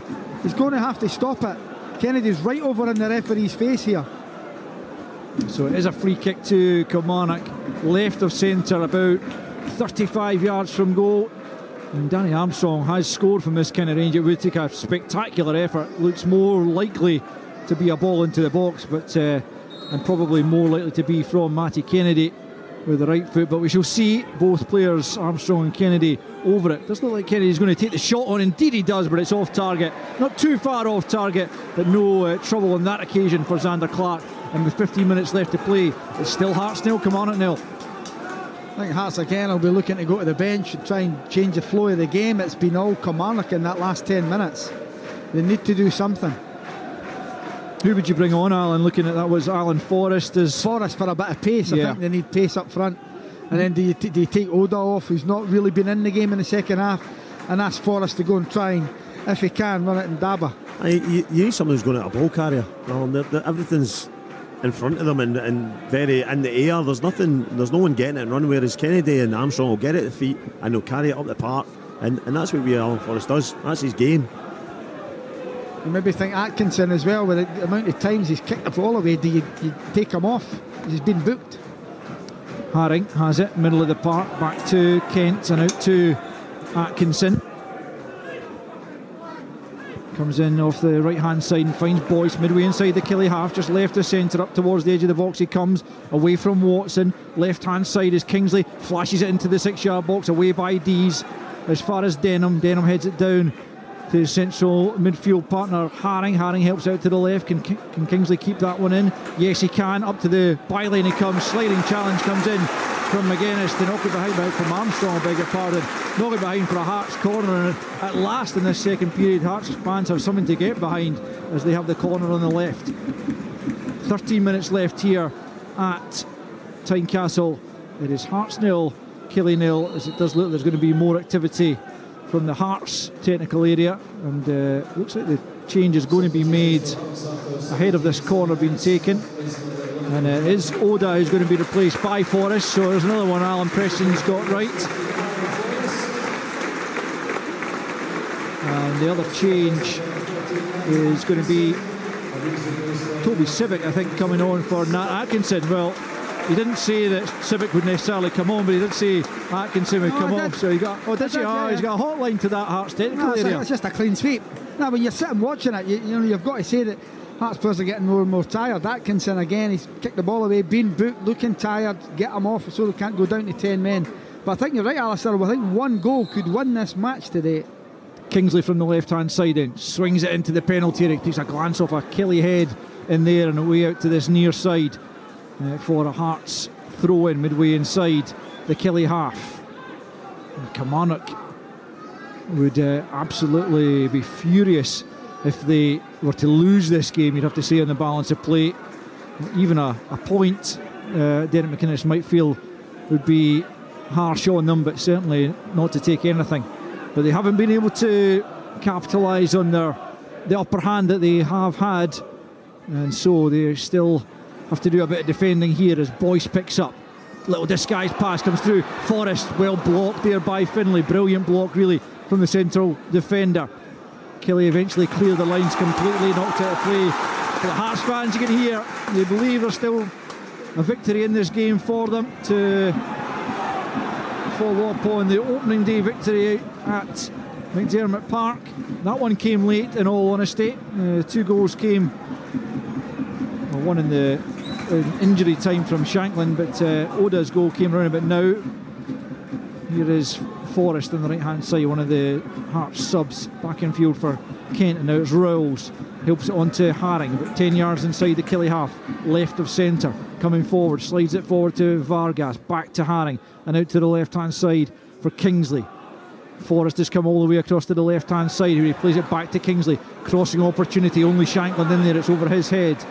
Up comes Civic from the back to the right hand side to retrieve the ball. Puts it back into the middle. There's Dees to meet it at the front post, knocks it away. Watson helps it on, but it's picked up by Rowles. Just kept in by Kingsley. Apologies if there was any bad language picked up by our microphones there. I didn't catch it myself, but I gather maybe some did cross the airwaves, so apologies for any offence caused as we approach the final 10 minutes here at Tynecastle. Still goalless between Hearts and Kilmarnock. 1-0 Motherwell lead against Hibs across at Fir Park with about the same 10 minutes remaining, you would imagine, as Hearts get the free kick, much to Derek McInnes's consternation, just outside his technical area. Over on the left hand side as Hearts attack as they look to snatch the 3 points. And at this stage of the season particularly, as much as the performance hasn't been terrific, the points are very much all that matters, especially ahead of a big European night back here at Tynecastle on Thursday. Kingsley's free kick into the box it comes, headed on and behind eventually for a Hearts corner on this near side. The subs have certainly made a difference to Hearts. They've got the front foot of the game. Kilmarnock suddenly sitting deeper and deeper, can't seem to get up the park, and there's a wee bit of pressure building this last 10 minutes, and hopefully Kilmarnock can hang on, but they need to get back to what they were good at, getting up the park. They just seem to be content sitting in, and Hearts will just keep coming then. Here's Kingsley then, right hand side with the left foot, about to swing this one into the penalty area. To the 6-yard box it comes, and Daba didn't deal with it, but it was Kyle McGuinness back there to get it clear inside his 6-yard box, I think, as Vargas wins the ball back from Armstrong on the Hearts left, plays it back in towards the edge of the box. Kingsley with the header, away by Mayo. Mayo urges his teammates to get out as much as they can as Hearts pick up once more through Denham on the halfway line, and now back with Rowles. Out to the right hand side it comes to Forrest. Just over 8 minutes of the 90 left as Boyce picks up possession, right hand side. Better from Hearts, into the box it comes. Shankland doesn't really connect with the effort, and it drifts well wide. Wasn't quite sure what to do with that, I don't think, and in the end it drifted wide of Will Dennis's right hand post, and it remains Hearts 0, Kilmarnock 0. I think you've seen it late there. I think someone in front of him just took his eye off it. Frankie Kent running in. There's a good ball in by Boyce, who Kent just couldn't get there, and then it's sort of behind Shankland. Yeah, he couldn't make the connection he wanted, and that was why Will Dennis remained untested, and he takes the goal kick way over the halfway line. He launches it, flicked on by Watson. Kennedy gives chase, but Rowles pokes it clear. Mayo having to backtrack with Vargas breathing down his neck, and that's come back off both the Costa Rican and then the Kelly defender, and Mayo forced into the foul on Vargas. It's a cheap free kick to give away, and Hearts have it in a good position right over in the left flank as they come forward about 16 yards from the corner flag, and this is a good opportunity for Hearts to put it into the mixer. Yeah, Mayo had 5 or 6 yards there on Vargas, and he slows down, allowing Vargas to close him down. He gets a break of the ball, then he just pushes him. Needless free kick.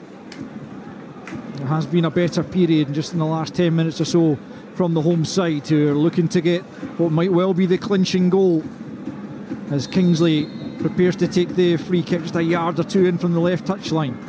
Into the penalty area it comes. Again, it's well defended. This time it was Kyle Vassell with the captain's armband on, heading it clear from his own penalty area. Denham recycles it back to Kingsley on the left hand side, fires it back in, back post. Kent gets his head to it, can't direct it back across goal, and he has to retrieve it himself once more. Back to Civic, just outside the box on the right hand side. Haring just dinks it into the feet of Shankland with his back to goal. Back out to Kent, helps it into the box. Dees with the header, clear as far as Denham, midway inside the Killie half, just swivels away from Lyons. Good composed play from the teenager. Haring back into the box. Boyce's back post tries to nod it back to Vargas. Vargas with his back to goal, can't find a teammate, but Hearts have won it back. It's Kingsley, now Forrest, left hand side of the box, trying to weave his way past McGuinness, but McGuinness wasn't fooled, and Killie able to clear, and it's Vassell who picks up right hand side for Kilmarnock. Hearts though working hard, but Vassell working just as hard. Sliding in there goes Brad Lyons. Lyons is going to be in trouble here. It's just a yellow that's coming out. It was a sliding challenge in the middle of the park, and Lyons incurs the wrath of David Dickinson. The Hearts fans wanted a red. It was certainly a fully committed challenge, and one that nowadays in the commentary position you're never quite sure how the referee's going to call that. I thought it was a good tackle, to be honest. I thought the young boy turned into him, and that's what happened. Is his momentum then took him into Brad Lyons committed to win the ball. He never seen him coming. He just thought he could turn and play, but it's one of those. Another day it's a great tackle, Alan. I still like to think today it's a great tackle, but I seem to be getting older and older these days. There's another goal gone in at Fir Park, and you'll hear who it's from just after this free kick from Stephen Kingsley has been taken, because Hearts are looking for the opening goal. Here's a poor effort at a free kick though, and Vassell easily able to clear. Back it comes out to Denham on the halfway line. He's looked good since coming on. Flicks it out to the left hand side for Forrest. Forrest brings it down. Can he get the ball into the box? It's one inside a corner. Brian, can you tell us quickly what's happened at Fir Park? It's Motherwell 2, Hibernian 0. Mika Bereth with his first goal for the club. The long ball played forward by Lennon Miller into the path of Bereth. It looked as if Will Fish had got the better of them, but Bereth won the ball back and then drilled the ball low beyond David Marshall. Motherwell 2, Hibernian 0. Thanks, Brian. The corner's taken, but Hearts can make nothing of it. But Vargas has won it back just outside the penalty area. 4 minutes to go here, plus stoppage time at Tynecastle. Civic back into the box, but Dees, who's been immense again at the back, clears from the edge of the 18-yard area. Rowles just inside the Kelly half, plays it square for Kent, and then gets it back via Denham. That's a good ball forward for Vargas, about 25 yards from goal. What can he do here? The Costa Rican runs into trouble. Breaks back for Haring though. Now Kingsley, left-hand side, up against Armstrong. Kingsley gives chase, but he won't catch that one. And it will be a goal kick to Kilmarnock. 3.5 minutes of the 90 left. Hearts 0, Kilmarnock 0. See the free kicks, Alistair. It baffles me sometimes that why they don't swing it in the way in towards the goal. Any header then for a defender, anyone misses it going across it, it could bounce in the far corner. Hearts, every free kick has been an out-swinging free kick. Very rarely you see somebody score with an out-swinging free kick. Always talk, Gary, you're right. Bend it in, aim for that far post. Someone might get a flick on it, a defender could flick it. It could end up in the back of the net if it's on target. Hearts have it just outside the centre circle, inside their own half. 3 minutes left, plus stoppage time. No goals. There's Rowles, finds Haring inside his own half, out to the left-hand side for Kingsley. Kingsley quickly closed down by Armstrong, having to go back the way and hold the winger off. Back it goes to Rowles, who in turn plays it to his goalkeeper Xander Clark, and out to Kent, and now out to the right-hand side for Civic, the substitute. Forward for a fellow sub, Forrest, who spins on the halfway line and comes in field, finds Boyce midway inside the Kelly half, helps it on to Vargas. Vargas on the right foot, that's just over the top from the Costa Rican. He's looked lively since coming on, but couldn't test Will Dennis there. Hearts 0, Kilmarnock 0. Yeah, he's helped change the flow of the game for Hearts, Vargas. He's just given them an energy and an enthusiasm that was sadly lacking for about 75 minutes. He's come on, he's taken people on, he's tried his best, you know, and he looks like a good addition. Kelly going to make a late change with Rory McKenzie, who's going to come on. McGuinness, record appearance holder, and it's going to be Kyle McGuinness, as Gary says, who makes way. 374 appearances now, Rory McKenzie. I think Forrest, even Denham, I think coming on has certainly changed the flow of the game, the impetus to run forward, to look forward, to pass forward. It's given boys space to get in the ball, but everything else was pedestrian up to then, Alan. Yeah, Hearts haven't played well today. They just look as if they're short and match sharpness more than anything. They've not played at a pace. It's been comfortable for Kilmarnock. I take nothing away from Kilmarnock. I think they've been excellent. I really do. Defensively solid, middle of the park. They've been competitive, and up front in the wider areas especially, they've looked very lively. Yeah, well, we talked about their ambitions of perhaps troubling the top six this season. One thing that does appear to me safe to say is that they won't be involved in a relegation battle again this season. They look a much improved side. Some astute acquisitions from Derek McInnes, but still a bit of work to do to ensure they get something from this game. Hearts coming forward, and they have been better in this last 15 minutes or so, Hearts, but Kilmarnock still have had the better of the opportunities and tested Zander Clark more than Hearts have troubled Will Dennis, who will collect this ball through without any bother whatsoever. Last 30 seconds of the 90. We'll keep an eye on Ian Snedden, the fourth officials board, which is about to be shown to the crowd to see exactly how much time will be added on as Will Dennis prepares to clear from hand at the edge of his penalty area. Vassell beaten in the jump there by Kingsley, but it comes off the head of the Hearts left back and out for a throw in to Kelly over on the far side. Watson wants to launch this one. Five minutes of added on time to be played. The Hearts fans trying to rouse their side for a last hurrah here to earn them all 3 points, but in all honesty, I'm not sure they would be fully deserving of that. But it's gone all the way back to the Kelly keeper Will Dennis from a pretty promising position, but he launches it. Sibic heads it down, but only to Matty Kennedy midway inside the Hearts half, checking in from the left on his right foot. Big switch of play looking for Armstrong. Kingsley steps in though, and now Vargas just lofts it onto Boyce. Boyce will try and return it to him, but he was closed down by Watson, who's turned in another excellent mature performance as Kelly come forward once more, but it's too strong for Kyle Vassell to get onto, and Hearts quickly get it moving as they try and snatch a winner. Back now with Kent into the feet of Forrest. There's an essential area just outside the centre circle. 1 minute of the 5 of injury time's been played as Kingsley gallops forward down the left hand side. Will he catch that? It's a lot to ask of him at this stage of the game. He has managed to keep it in according to the officials. Looks like it's gone. I don't think the official on this side was up with play to see. Kingsley made up incredible ground to do that. Here is Shanklin coming in off the left hand side, edge of the box. His shot is blocked. Good work from Denham. Comes back to Shanklin. Now Sibic, edge of the box. Can he get the shot away? He's forced out to the right hand side, and it will be a Hearts throw in. 3.5 minutes left of injury time as Kilmarnock make another late change. Looks like Liam Donnelly to me who is going to come on, and Danny Armstrong, the player to make way. Derek McInnes will be keen to ensure that, having played so well in the game, they don't leave with nothing. Liam Donnelly just looking to shore things up slightly for the final few minutes of stoppage time as Toby Sibic prepares to take the throw in about 15 yards away from the right corner flag as Hearts attack. Back it goes to Frankie Kent, closed down quickly by Vassell. Poor control there by Kent, you have to say, and Kelly have won it back.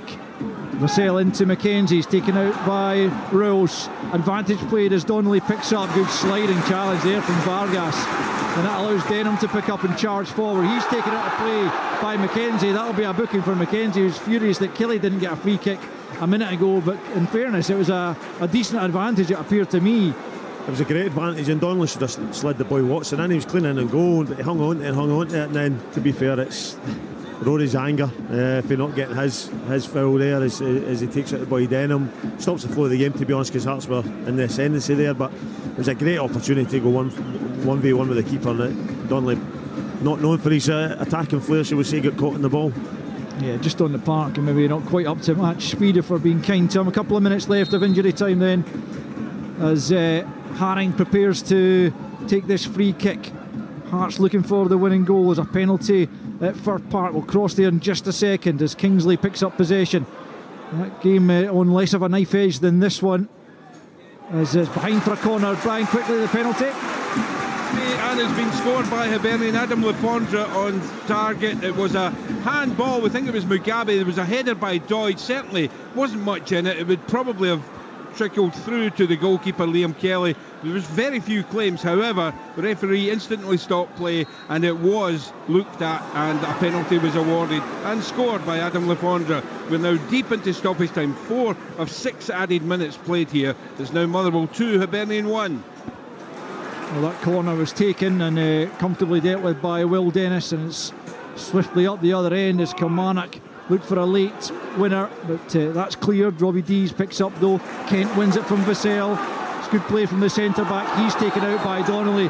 He'll go into the referee's book as neither side wants to lose late on, and so there's a few dubious challenges going in to make sure that play doesn't break up the other end.